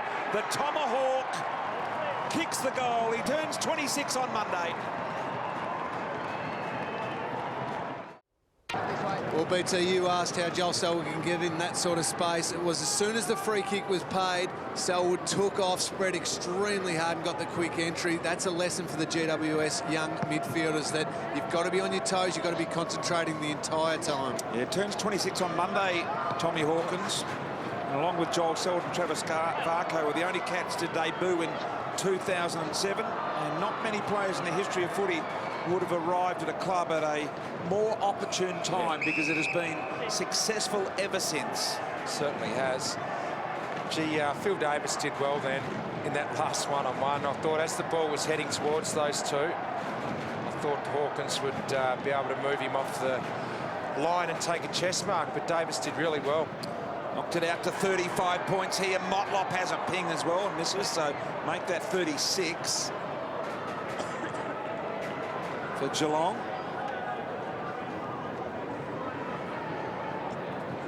Got North next week, Geelong. Fremantle, Carlton, Hawthorn, Brisbane. So a relatively hard run home for them, and this will cement that second position for them, especially with Fremantle's loss earlier today, shock loss against St Kilda. Thanks, Gordo. And give them real opportunity to set themselves up nicely for a top two finish. GWS with the 4 wins so far had just the 1 win last year, 4 this year, and they do play Melbourne again soon, and the Western Bulldogs, the Western Bulldogs have improved a lot now. So they are a chance for maybe 1 or 2 more wins. I think if they were to get 6 wins, I think it would be a really successful year for this young side. The short one goes to Jeremy Cameron. I'm interested to think about their strategy next year in terms of trading, Richard. I think it's just about time that they need to go for a couple of more experienced players and trade some of these young stars out. Devon Smith told to play on. I don't think he was expecting that call. And Boyd with the one hand. That was what he used to do in the under-18 competition. He did it here in the seniors. That was great. He had a bit of a mismatch in size, but it was Corey Enright, who's probably just about the best medium small defender of the last 20 years. So well done. Just looking for his 2nd career goal here is Tom Boyd. Both he and Patton played at the Eastern under-18s. Comes in and gets it, so he'll be ecstatic with that. Good grab. Got rid of one, and then with the other juke, just reeled it in. Well done, Tom Boyd. 2nd career goal. And I would think by the time his career is over, 500 wouldn't be out of the question. Johnson, Guthrie and Varco all combined. Giving him 500, BT. Oh, well, if he's going to live up to the number 1 thing, and all those that say that he was worthy of the number 1 pick, I would think that somewhere in that range is probably what you would expect of a number 1 key forward. Not saying he has to prove himself, but 500 would be a really good return. Well, let's face it, Richo, not many have done it. You're one, of course. And I'm another. I sensed where that was going. Actually, 53 have achieved the 500 just off the top of your head. Just going through a few old scrapbooks for you recently. Shouldn't have said that, should I? Guthrie.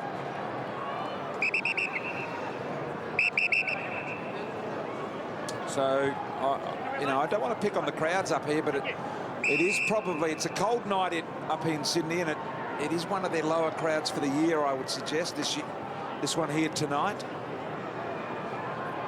Nevertheless, like Gold Coast, who had against Collingwood a couple of weeks ago, 26,000, I would expect once they start winning here, this will grow. First sellout, wasn't it, at Metricon against Collingwood? Yep. And I reckon next year, if they can get up to 5 or 6 wins, that the rise can be, you know, pretty dramatic. We've seen the improvement of Gold Coast.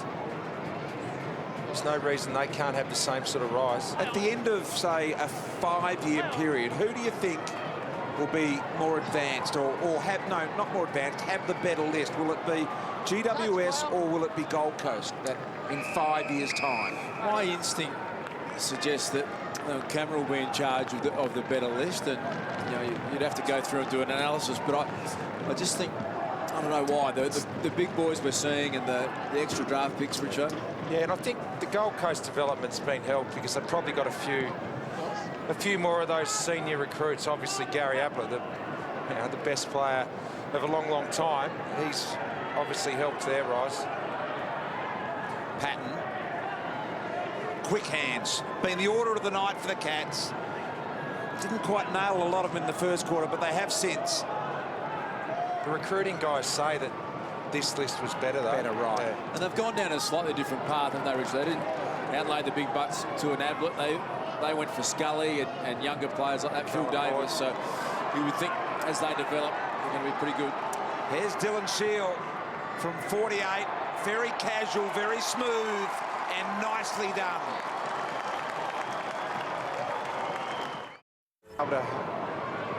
Now, I know it's 2 goals apiece in the last quarter, but there's a lot of time left, and it is only a 24-point margin with 15 minutes left. And I've got just a funny little feeling, Das. Your instincts are normally spot on, BT. I think another one here.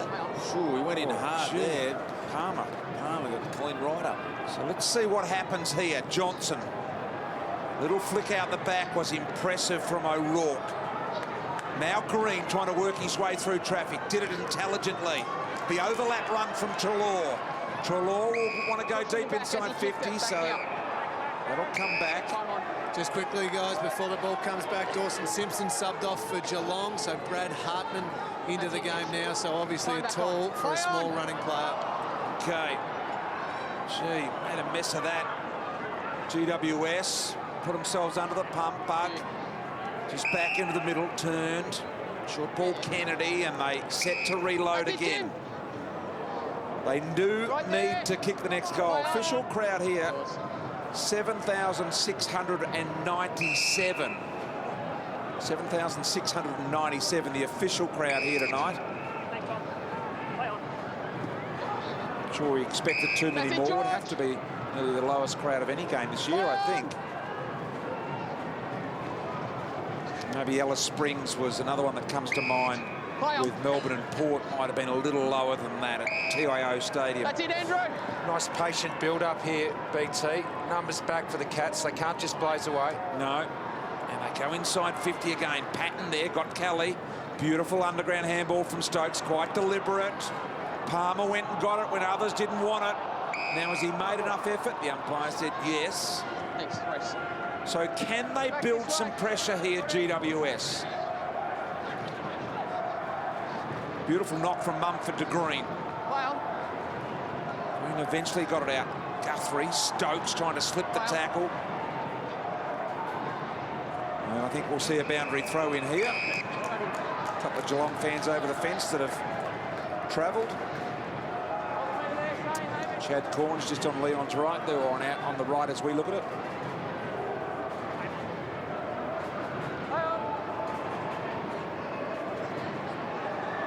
Smith inside 50. Who's the target? Did well.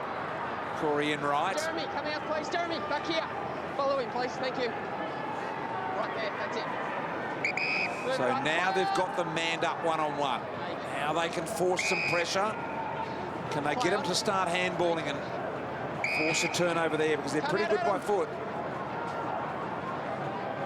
Selwood in the middle, spots up Motlop. Motlop deliberately cleared the path for Enright.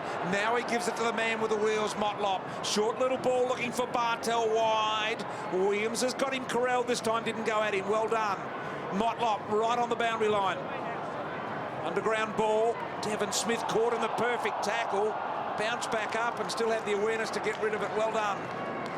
Gee, Enright's run and Motlop's run through the middle of the ground. I thought the Cats were hemmed in, but they were able to get through because of their run. Oh, here they go again. This is what they did in the first quarter. Treloar's going to get nailed here. He goes all the way. 45 open goal square. Offline. It's great confidence from Treloar, wasn't it? He had players running around him, but he's had enough composure to keep bouncing and got a pretty good piece of that shot at goal at full pace. And I think Leon Cameron feels as though there's just a little opportunity here at the moment. Really need the next goal, though, GWS. It's massive, I think. They've just started to build the pressure again, haven't they? Here it is, this sort of thing. They've just started to build it again. Can they maintain it? You get the feeling it's their last crack at it. Bartel moving the footy quickly. Selwood with the dead end there, and then the recovery into Mackie. The pressure on again, picked up by Kennedy. There's Boyd. Wants to get it in the middle, dangerous kick, made it work though. Oh, they're out here, they've got a loose inside 50. Kelly the sub, over the top to Dylan Shield. He has a ping at the goal and he's missed. He had too much time. Gee, they're coming, they're really pressing now. They've got to kick the goals though. He'll be flat with that, Dylan Shield, but gutsy effort. As we said in the third quarter, he looked like he was almost done for the night with his left shoulder. He's come back on in this last quarter, had an impact, kicked a goal before, another shot there. GWS full of run late here. Geelong have got to have some composure coming out of defence. So can they build it again? He goes for the bigger player over the smaller player. And that's very nearly 50 against Toby Green there. Harry Taylor doing well, but here they go. They forced the mistake again. So there's another skill error. They are building the pressure. How many times can they do it though? Dropping short that footy. And it's been marked by the sub, Josh Kelly. Now, has he got a leg here? Because man on the mark's at 45. He'll have to kick it almost right on the 50. Got to kick this one. He's not happy, Chris Scott. The pressure is forcing the Cats into turnovers. This to get it back to 16 points. Kelly. Left footer like his dad. Comes in, he's got it. That is a sensational high-pressure kick from Josh Kelly. So that's Chris Scott. After that goal was kicked, he walked away, sort of regained his composure, a bit of support from Neil Barn there, the general manager of footy ops, and now he takes his seat again. But they've kicked the last 3, GWS, and they're within 16. And that is good composure, isn't it? So I need to stand up, getting a little bit worked up, go and count to 10, have a drink of water, and that was a throw from Tom Bug. Would Barmy have maybe said just have a walk? Might have, yeah, might have. Barmy would be one of the few that would be brave enough, I think, just to suggest that a coach has a little spill. I think you might get a great reaction from most coaches, but if you're sitting in the box with Mick, Richo, would you say to Mick that sort of chime, hey Mick, just walk out the back for a minute, would you? I think you know the answer, Brian. There's Treloar. Kelly was in there. Stokes did well. It's a hot footy at the moment. Geelong have been able to work it forward, though. Where's the pressure going to come from? Here's Devon Smith with a tackle. There's the little turnover. Duncan's in there. They're fighting hard here, but Geelong has set it half forward if they can get it on the outside. They can't. Well, there's some deep breaths going on there in the Geelong coaches box all of a sudden. It is absolutely game on. 16 points, very, very gettable from here. It is indeed. Selwood will have to kick it from outside 50, though. He has been amazing again, the little champion. This will be his 37th disposal, which is a season best for Joel Selwood. Wow. His career best is 43. So he's a strong chance to nearly get there tonight. He's looking to pass this off. Someone like Motlop's going to find space. Now he settles for the kick. Selwood right on his range from 50 metres out. He goes back, and there it is. Wowee. What about that from Selwood?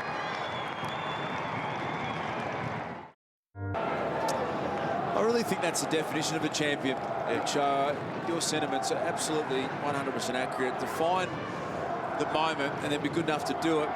Great players like Joel Selwood, champions, they do it so often. It's not a coincidence. They are blessed with an ability to be able to do it at the right time. Oh, my God, he is good. 38 touches, a goal, not just a goal, perhaps the game-saving goal. He's missed a couple tonight, but the one that they needed the most, he drills from 50. Didn't look like missing for one moment off the boot. And from, as you say, from 50. Yeah. Straight up, no freeze, get up, let him go. Let him get up. Josh. Let him get up. Straight up, no freeze. So an even last quarter, 3 goals apiece here in the last quarter. Back this way. Any fight left in GWS here. They've done really well. This is a team that's going to be second on the ladder after this win tonight if they do get up, and GWS have been able to hold on all the way, basically. Dylan Shield just given a little opportunity there. They did well. They had the extra number at that stoppage, GWS. Geelong had the loose back, but the GWS loose player came up and gave them the extra around the stoppage.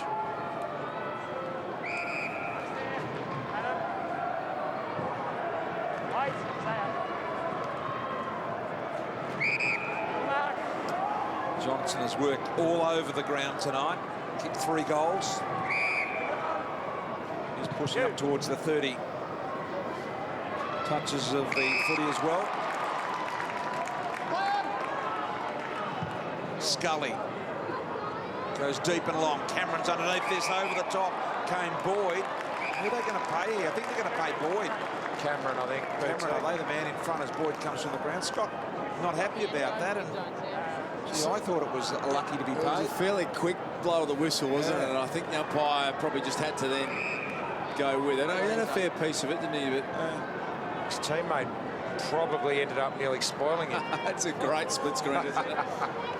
So Jeremy Cameron, just to keep things alive, goes back and drills the goal. So still in it here, back to 21. 15, sorry. Set a 21-point margin. In fact, a 15-point margin here now. So still enough time. There's a good 8 minutes on the clock. So it's plenty of time.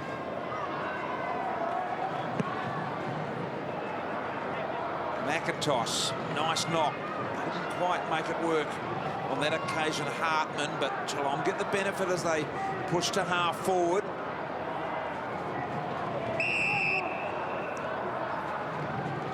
Thanks, Adam. On this side.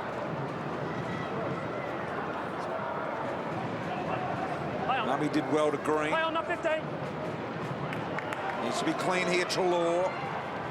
Around the corner. It's Kelly that got it away. Enright giving chase on the wing. Callum Ward right behind him. Great hands by Kelly. Good result for the Cats in the end, that.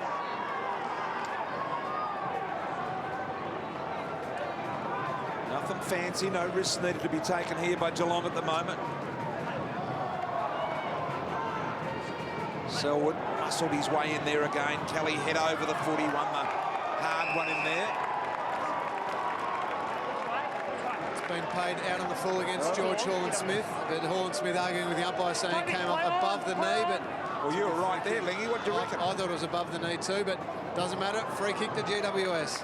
Okay, little handball to Law in traffic. Had to be quick, and Stokes says, OK, boys, let's just take 2 or 3 minutes off the clock here and then make them really look at the scoreboard. Into the middle. Junkin thought about recovery. Why was it play on? Didn't step off the mark. He did a hand fake there. Here is Motlock. Just goes back to Mackie. Mackie into Lonigan. Jonathan, that's it. There's Dawson Simpson, who was taken off in that third quarter. Still warming up, though. Big Dawson wants to get back involved. That's it, Tim. That's it. Murdoch. Higher! Oh, he tried to go around the big bear, Timmy Moore, and he's got him on the second go, did a 360 on him. That was too much for Timmy Moore. Hoskin Elliott, the spoil to the boundary, was disciplined. Trying to assess where this side, the Giants, are at in their third season in the competition. I think one of the things that we're really pleased about is that all of a sudden it feels like they're very competitive at home, which are able to play really good sides, and very similar to Gold Coast in their third year. They started to get more competitive at home, and I think next year they'll win their fair share of home games here. Treloar again, who's been a bit of an igniter for them here in this final quarter, giving them a chance. Handball out wide, and here's Cameron right up the ground. Mark needs to wheel and go rather than stop and prop. Yeah, Hamish McIntosh back for Geelong. That's why he couldn't go then, BT. Wanting to do it, but Geelong got numbers behind the ball. Davis wanting to go as well. Eventually found Kennedy with a little bit of run. Mumford was out. He's going to get the footy, but he was out, Mumford. Mumford handball back inside then now. They've got to apply the tackling pressure here. There is Big Mummy. Well done. He needs to get rid of it. Harry Taylor gobbled it up, but he needs this to go out of bounds, and it's not going to. Hunt, the former Cat, keeps it alive. High ball underneath this Boyd. He too needed to mark that. Hall-and-Smith in the tackle with Boyd. Good spoil by Hall-and-Smith. That was a dangerous kick by Hunt. Kicking it to the 50 there. If Hall-and-Smith got a bit of that ball, it would have been a transition the other way for Geelong. Number 1 team in the comp for tackles. The Cats and GWS have equalled them in that area tonight. 5 minutes left. 15 points needed. Clock is very much against them now. They have to play pretty well perfect footy from here. Need something out of this stoppage or the next one, and there will be another.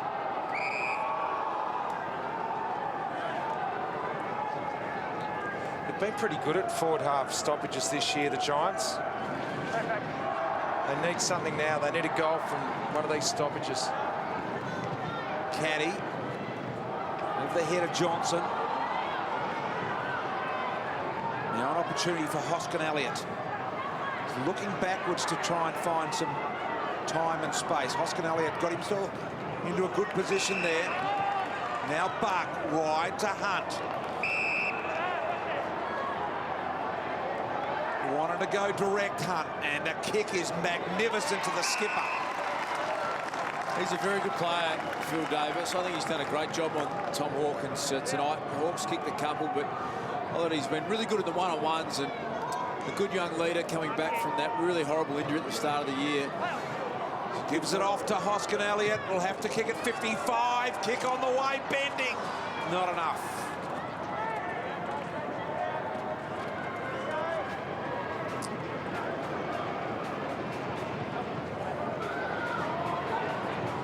Kelly just going in there with the hand. Picked up in the end by Palmer. Got a bit of space, and he too has a lash but misses right. So they've been given their opportunities here, GWS. To 13 points. They're right on top they are at the moment. Storming home, but you just can't keep missing. Well, they've had 8 shots to 4 this quarter. Gee, the coach Leon Cameron, he'd kick those off either foot, Dars, left or right, wouldn't he? The best I've ever seen BT from a kicking point of view, and either side of the body was unbelievable. Well done by Boyd. He really cleared the space, then he almost got hold of that. One last gasp here. They're really pressing at the moment, GWS. Kennedy's got to go back not once but twice, and Davis had to go. Now Davis hurt himself here. Kicking in danger. His fingers, wrist. Waste no time though, and I reckon, has he broken his arm or hurt his forearm here? He's coming straight off. He is as well, and Boyd over the top takes a big mark. Now he needs to be reasonably quick with this, and Davis in real trouble with that forearm. Yeah, I think you're right. I think he's done some real damage to his forearm. We'll get an update from Lingy in a minute. Oh, now that has to be broken. I reckon when he got up and gave the handball, he still didn't realise it had happened. Yeah. And then all of a sudden it hit him. I reckon he's got a broken arm there. Just what about how he got up, though? Got up, handballed it off. He did. Boyd to get it back within 7 points. He drills the goal. There's still time. The clock will stop at 2:46. Oh, he's come back, Lazarus. He's had an X-ray already. With a new arm. He was receiving a new arm, but he's back on. You had him broken arm.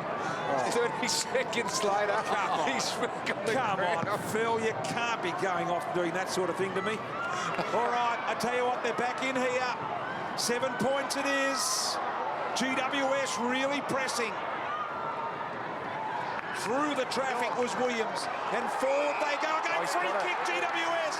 Boyd's got it directly in front.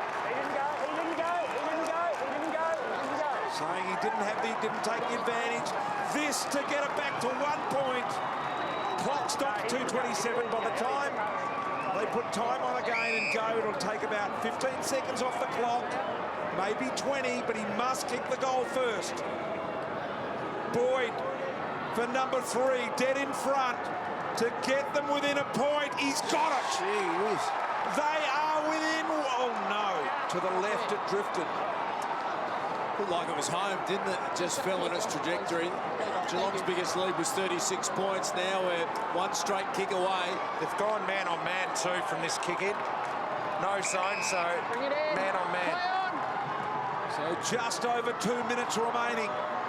Geelong by a goal, so they're a big chance here. GWS Ward went hard. He went underneath, not once but twice. Guthrie equalled that. They used to call him Cement Head when he played at the Bulldogs, Callum Ward, because he feels no pain, and he's an unbelievable captain for them. Another 30 possessions. Watch how hard he'll attack the footy. Well, here they go. Kelly, Hawkins is marked. Now they can be in a position to milk the clock here. And they can't afford to allow Geelong players like Kelly to peel off the back. Well, they just got to get man on man. He goes for the boundary, but's kicked it out of bounds on the full. Marks, yes it is. Out of bounds on the full. Trying to go too close to the line. Got to find the space out the other side here. Zach Williams. Last opportunity. Hoskin Elliott. Got to be clean and perfect through the middle. Scully's pushed wide. Draws the kick back around. Here comes Patton over the top. Tried to knock it clear. Guthrie to Selwood. It's in some cool hands now. Enright has been through this many times, and what a kick. Now Johnson. Does he go for it all? Does he try and find the pass from 50 metres out? The point will do, and I reckon Stevie knew that. Absolutely. He's a smart player, isn't he? He would have known the score, he would have known the time, and he knows how important that is. It's just a clever play. Absolutely. Really smart. When I reckon others around him were probably happy to stop and soak up time, but he knew a point would get hold of it for them. Treloar did well to funnel it out to Toby Green. Gee, that's a high ball. Do what you can with that. Big boys up forward. And nice mark taken by Enright. Once again, just the senior heads, Enright, Johnson, Harry Taylor and Selwood got involved. Leon can't believe it.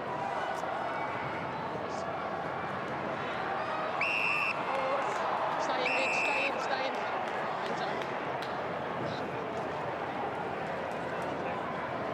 So Stevie J will milk whatever time is left off the clock. So he'll end up with 30 possessions and 3 goals, Stevie J. Is that a fake cramp then from Stevie? Stretching out the hamstring. So a gallant GWS kicked 5 of the last 6 goals here. But Geelong have won by 7 points and they were hard-pressed all the way, but they cement second position on the ladder.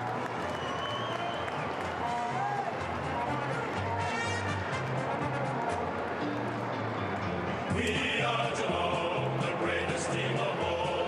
We are Geelong, we're always on the ball.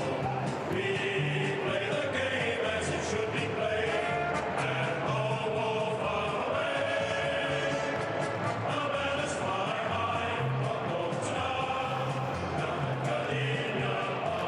Yes, the Cats with a big win. Cameron Ling's over there with Stevie J. Well, Stevie, that looked like hard work. GWS, they just kept coming at you, but pleasing to get the win. Yeah, they're a fit side, Lingy, and that's really disappointing to be brutally honest with you. But yeah, their run and carry was bloody exciting for their supporters, but yeah, very hard for us to stop late in the game. You're sucking in the big ones. You worked extremely hard throughout the whole game. We just want to know that, obviously you wanted to kick the goal, that last shot at goal, but did you also know that a point would do the job? They'd have to kick 2 goals or 2 scores to beat you?